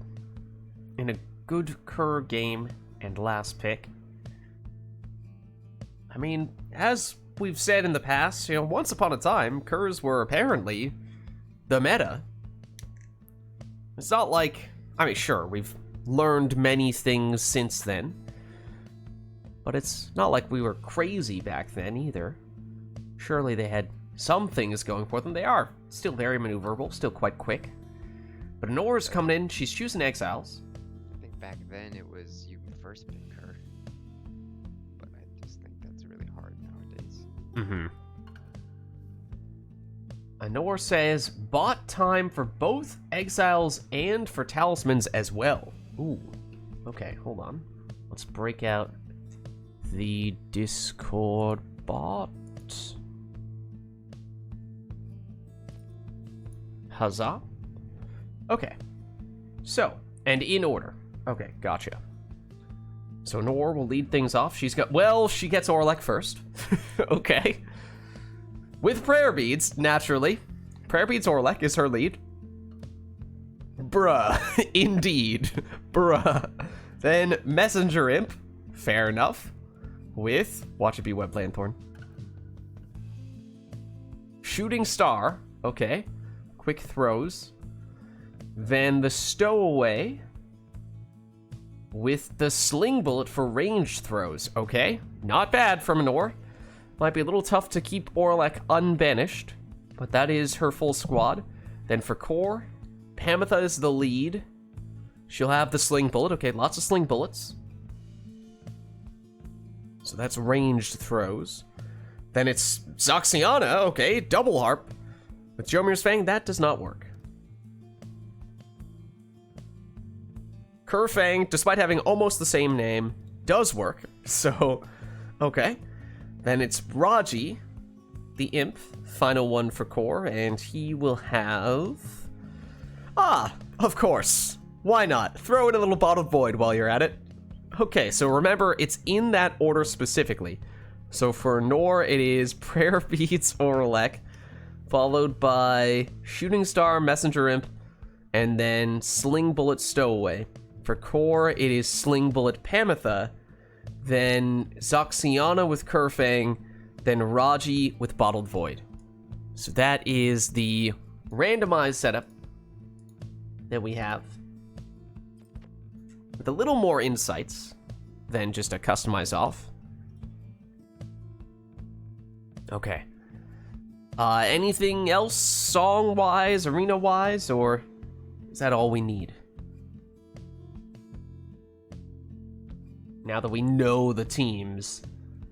That's all from Anor. Going once. Going twice. Sold to Anor.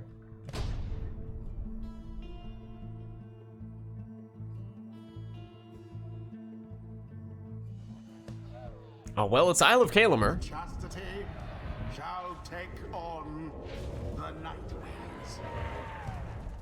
Welcome. So, of course, the exiles themselves and the talismans, those are locked in. But the specific masteries, that is still up to the players here. So there is a little bit more room for customization, for tailoring the team to fit whatever it is they think makes the most sense here. A lot of throwing talismans. Both players have a Sling Bullet for the throwing range. Not usually something you'd see on a harp. Their throws are decent, just they don't naturally have that much range to begin with, so it's a bit of a strange combination. But, you know, then we have a Prayer Beads Orlek, so that, you know, that doesn't really require much explanation.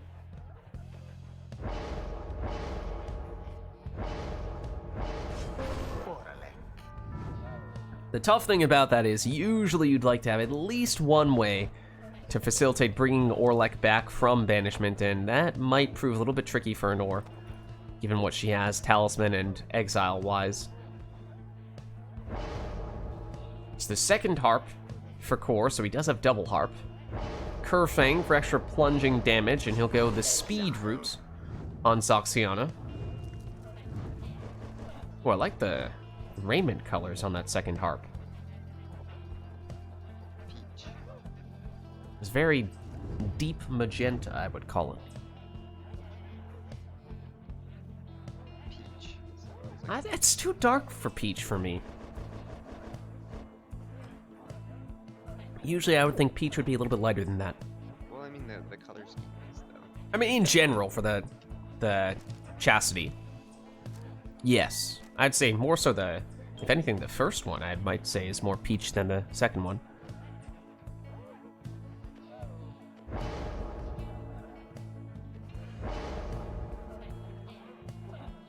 Oh, is it Shooting Star? Oh, I was thinking of it as Star Splinter.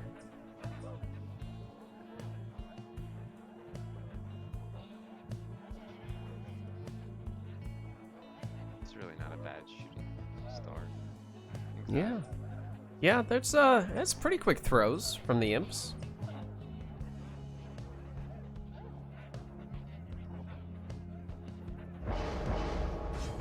Messenger imp. So banishing throws on Messenger Imp.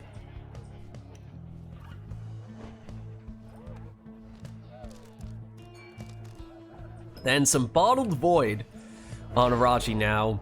To what extent does Core lean into this strategy? Does he embrace this chaos? It's a little hard without having some additional support. No nomads to step on the portrait to automatically bring back Raji, for example. And last one for Nor is the Stowaway.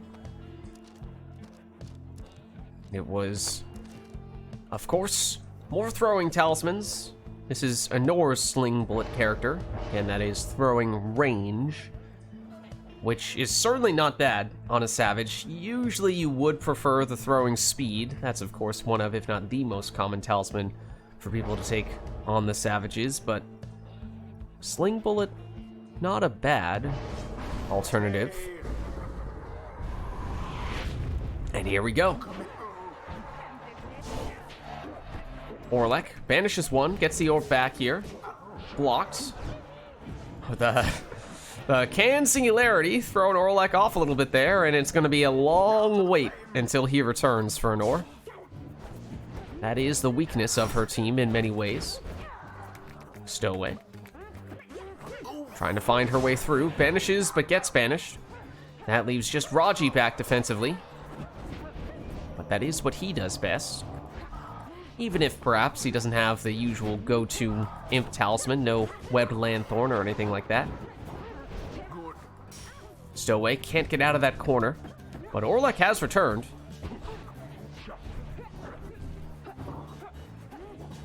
Oh, and very aggressive play from, I believe that one's Zoxiana there.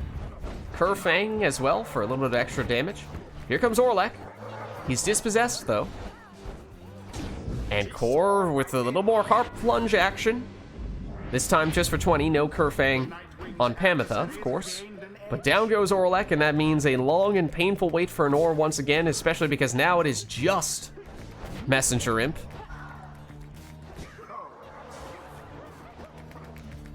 But at least the Stowaway has come back. She has the range throw, so she can certainly throw it in from there, although Core is in position defensively. And has a portal. A dangerous portal at that. But an Or able to recover defensively, but Core passes it right back and plunges immediately with his imp. That means now Core is without Raji in this round. And an Or, at least at the moment, has Orlek, but of course, that is very much subject to change. Here he is, and there he is, plunging for 25. And he will come back because he has prayer beads. But he might as well be gone for this round now after that banishment. And there is Core once again, good for 20 on the harp plunge, although he perhaps would have preferred to have scored with the Zoxiana, the Kerfang harp. Here she is. And she has some space here. Now, it's only 20 damage if she throws it. So less damage, yes, but of course it does mean that Zoxiana stays in for this next round. It's actually an interesting choice that Core had to make on the spot there. He decided to play it safe, keep her in for this round rather than get the extra 8 damage. Pamitha, she's banished. Means Imp versus Imp.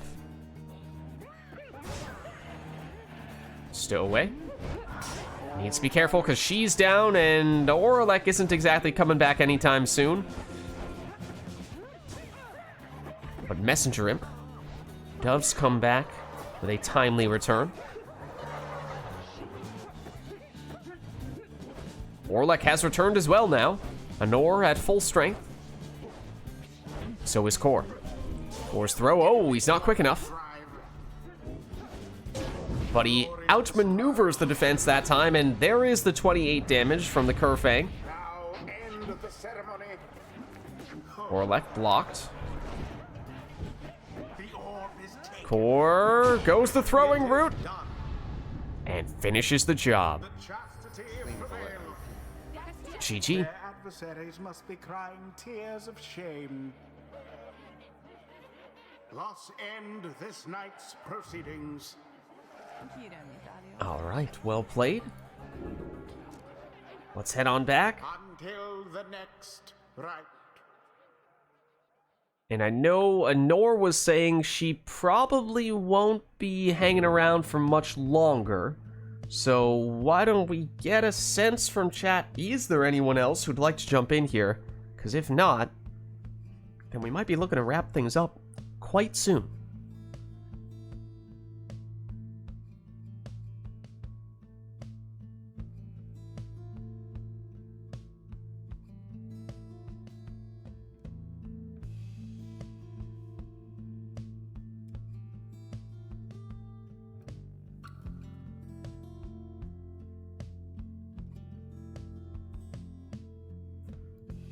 Not seeing any takers at the moment. In which case, we might need to act on the assumption. Oh, Core can hop in for Nor. Oh, great. Okay, 1 second. Let me just.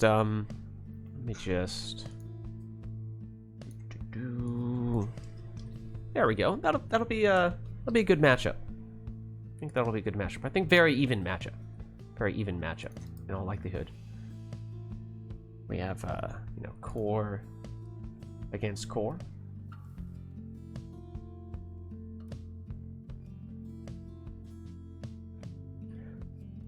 No, but I think given not even,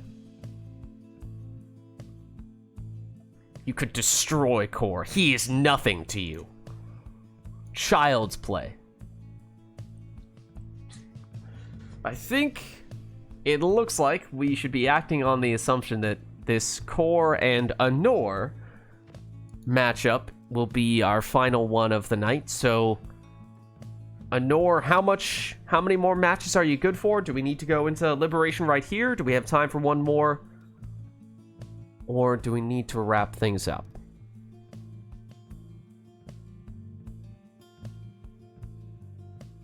One more before the Liberation, right? Okay. Alright, so in that case, let us know, chat, if there's anything you'd like to see, because this will be our penultimate right, our last one before we go into our Liberation right, and we won't take any requests for that. So if there is anything you still want to see before the night is through, then let us know. This is your last chance to make it happen. Of course, we could still have the players take whatever they'd like here. That works too, but if there is anything you'd like for us to do, then let us know.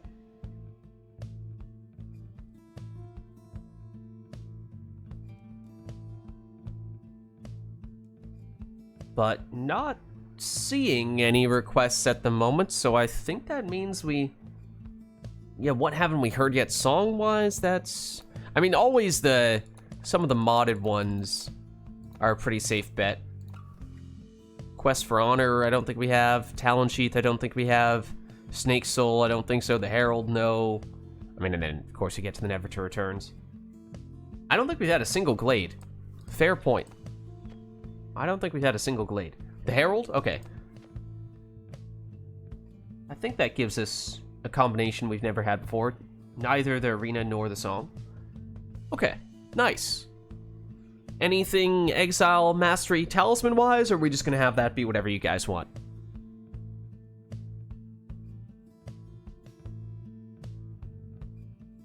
I don't know if we've had Knights or Dread Design either, to be honest with you. Granted, Granted, my headphones have been really wonky these past few days, so there's a chance that I just didn't really hear it that well, and didn't realize that we had one of those. So maybe we did. But it looks like that's everything we have set up for this next one, so why don't we get this one started? As our second to last, our penultimate rite before we go into the Liberation Rite protocols. The chastity shall confront the Nightwings. Welcome. Yeah. The choice between Knights of the Sea and Dread Design. The winner is the Herald. But that wasn't a... The winner is the Herald. And there was some talk earlier about just how effective or ineffective curs can be because, well, once upon a time they were highly regarded, but they've fallen by the wayside more so as of late, but Core perhaps trying to prove that statement wrong. Takes a more defensively oriented Barker there.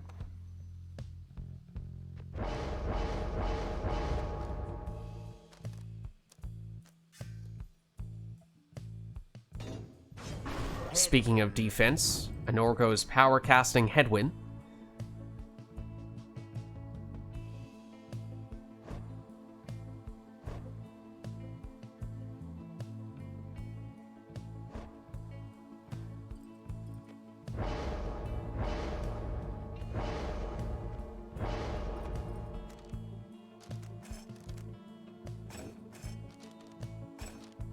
I don't know, Korn might be trying to make a statement here as he goes Cur number 2 with some Leech on Dalbert.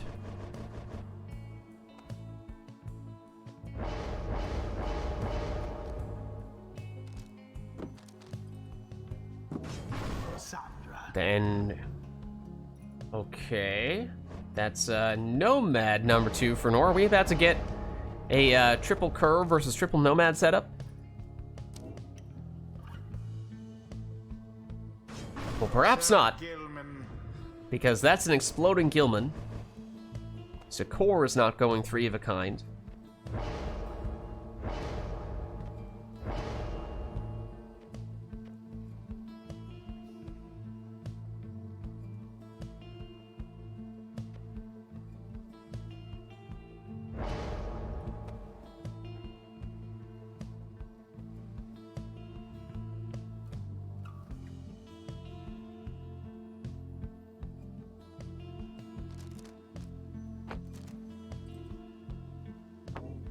But Anor will go for 3 of a kind with extra aura size on Lendl, so 3 nomads for her.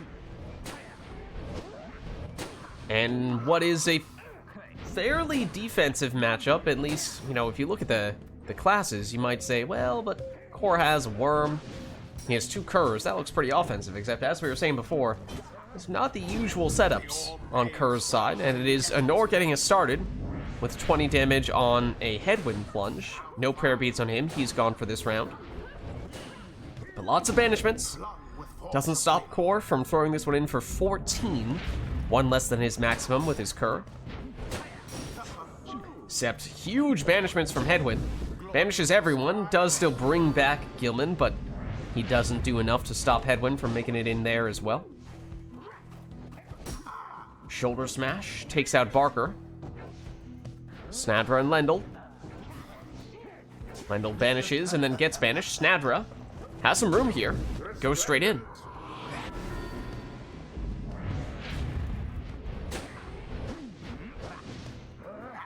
Headwind trying to clear out some space, or perhaps not. He'll just go straight in. Plunges for 20, gets some Leech as well. Now go on, just once more. And 1 more score, perhaps all that Anor needs here. At least if it's full damage. Core shoulder smashed by Lendl. The explosive temper eventually, though, does take out Lendl, as those casts, they just don't go away.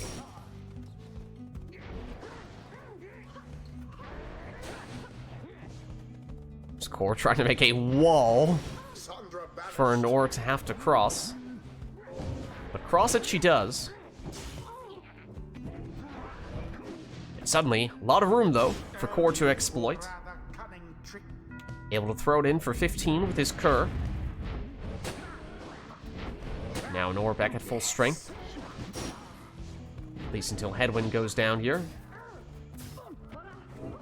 Only Gilman back defensively at the moment for Core. Those Curs, they do come back quickly. Banished each in turn. Now just Lendl back, at least until Snadra joins him. And Core around the defense and in for 20. Well, Big casts from Headwind. In fact, no one back defensively after that. orb flies true. But Core actually got some leech from that score, and that's important because otherwise I think that would have been a deciding score just then. One more score, all that Nor needs now, unless Core can salvage some additional leech.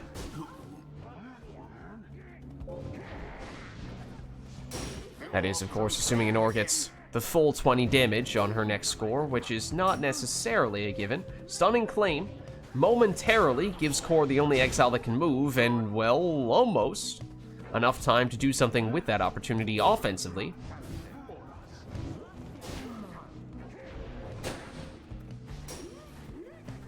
Snadra.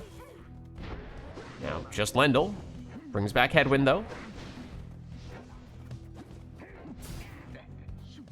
Headwind one side, Lendl the other. They're both moving in, but leaving, almost unattended, their Pyre, except that Snadra did respawn. Not entirely sure how she got banished, to tell you the truth. Both banished. Here she is. Bring back Headwind.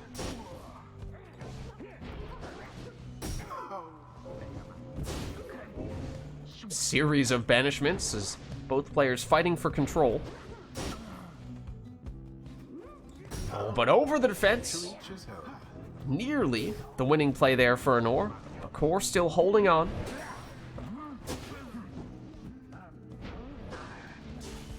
Fighting for every last inch as the stakes are quite high for Core in particular, but he plunges here for 20. He is now without Dalbert, but he got a little bit of leech, and that is important because now it is impossible for Nor to finish this with one score. It would take at least 2. Another banished. So that is an important threshold for Core to have crossed. Potentially buys him a little more time From afar to whittle away at a Nor's Pyre, which is now down at just 40. Potentially means 2 scores might be enough for Core and a Nor here. I say, A little trickier in Core's case because that would require that some conditional damage be active. But one of those conditions was that he plunge with a Cur, and so now, with 20 Pyre life left, it is possible for Core to finish this, except he has no one back defensively. He did get some leech there. threw it in. So Snadra throws for 20, Core now holding on with 20, but Nor also had some leech, so now she's back up to 30, which means now out of range for Core. So now Nor the only one who could finish this with 1 score. But there is a score for Core. Nor down to 10, and now suddenly it's possible for Core to finish this, and got some leech in the process. No longer possible for Nor to finish this with 1 score. So the leech in both directions has been a huge factor here. All of the chastity. Time for Nor. Decided didn't have the luxury to throw it in. Went for the 20 damage, got a little bit of leech in the process. She's up to 20. It is possible still for Core to finish this with 1 score, but it is conditional. And certainly with 10 Pyre life, it is possible for Nor to finish this. But she is without Snadra after she plunged. It's a little bit trickier. Now just Headwind. Why, that was all of them. And opportunity here for Core. If he plunges, he wins. The chastity prevailed. GG. Perhaps a stroke of fortune ought to be thanked. Well played. The ceremony is complete. Lots of back and forth with all that leech. Be interested to see just how much leech there was total for both players over the course of that match, because it was quite a lot. Until the stars align.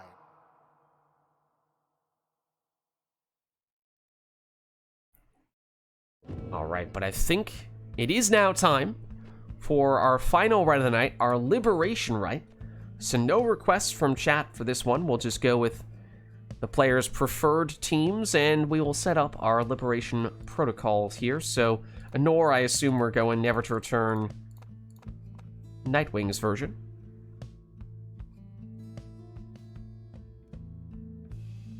Alright, in that case, if you are both ready, let us begin the liberation rite.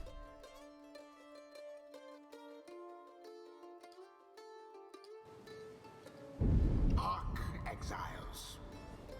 Welcome to the fall of Solium. Here you shall be tested by your adversary. Prevail and earn the favor of the scribes. The chastity, stand prepared. Nightwings, stand prepared. True, you get that extra little bonus, Will the Scribes, if you go with the Nightwings, Never to Return. But this is our final rite of the night, our liberation rites. No requests from chat for this one. Both players just taking their preferred teams to finish things off in style.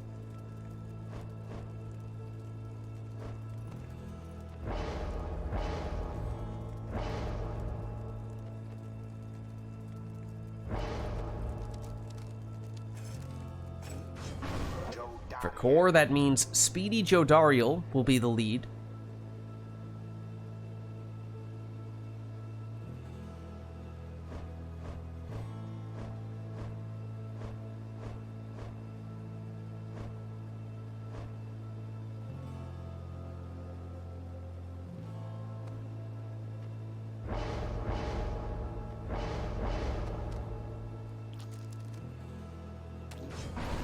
Anor will go with a Bertrude with Malith's tail, so she can cast through barriers as her lead.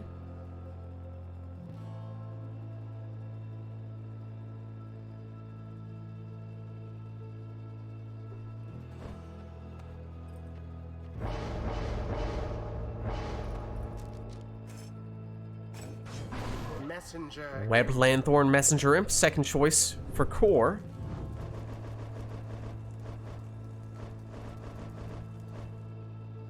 Super portals included.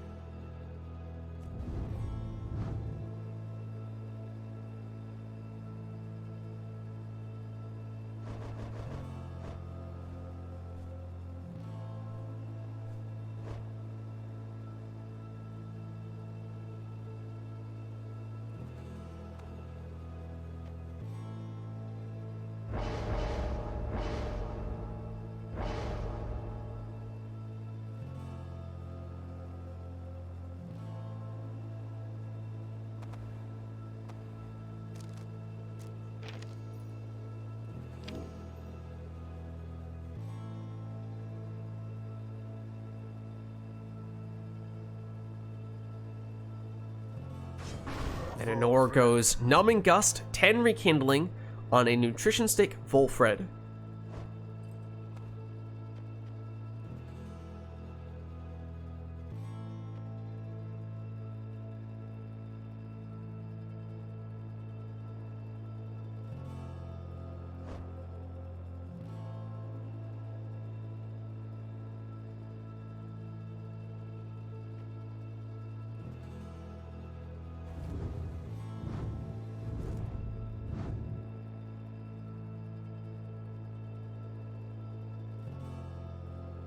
In general, I feel like these second exiles of a given class for the accusers, rather for the chastity, the raiment colors are quite good, seemingly across the board.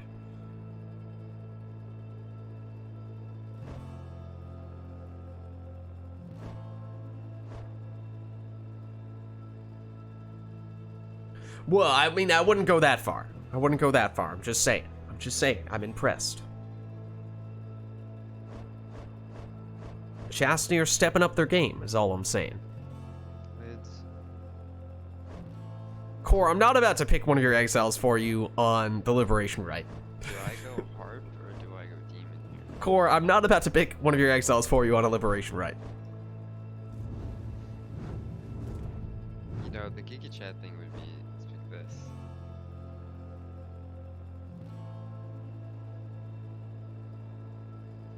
Smart thing is pick this. Thus, also smart thing I think is pick this. Or I could also pick this.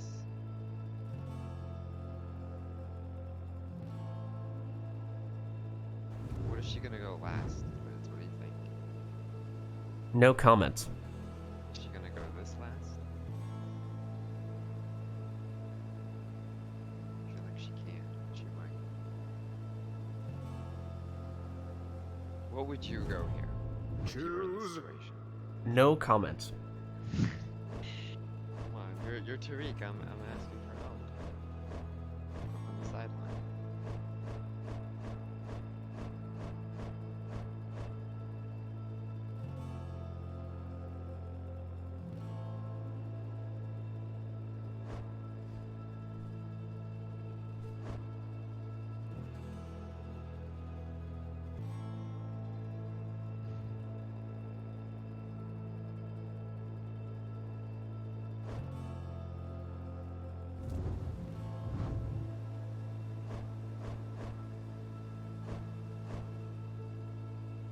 You just have to pick harp here, right?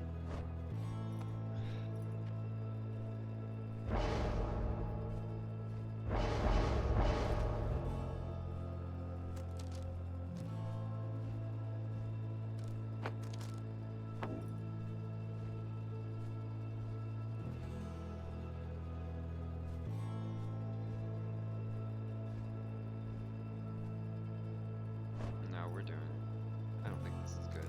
We're doing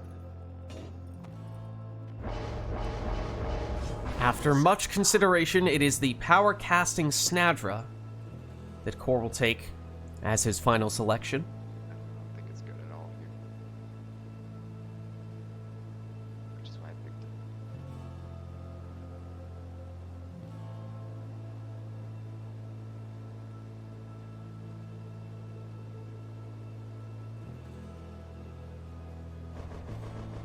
Anor says she'll switch things up as well.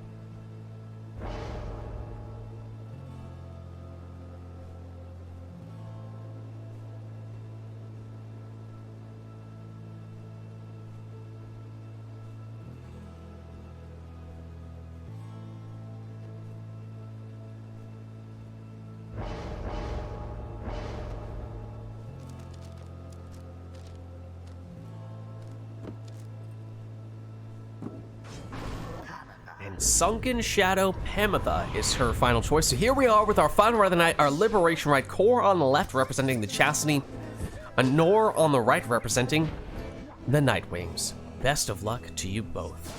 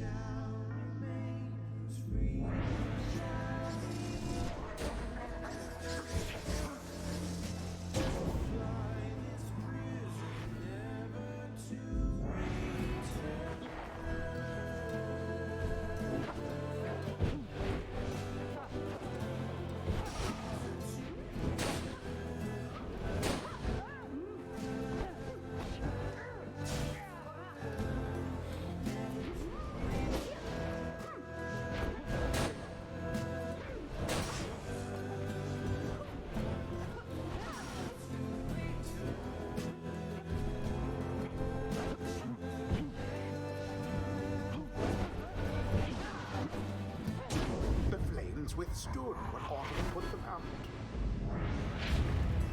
Come now, someone end this. Oof. And there it is. And there it is. The chastity proved their GG. worth. They surpassed their adversaries in the end. Well played, you two. Thus ends the liberation rite.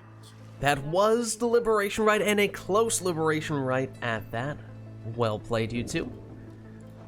Let's head on back.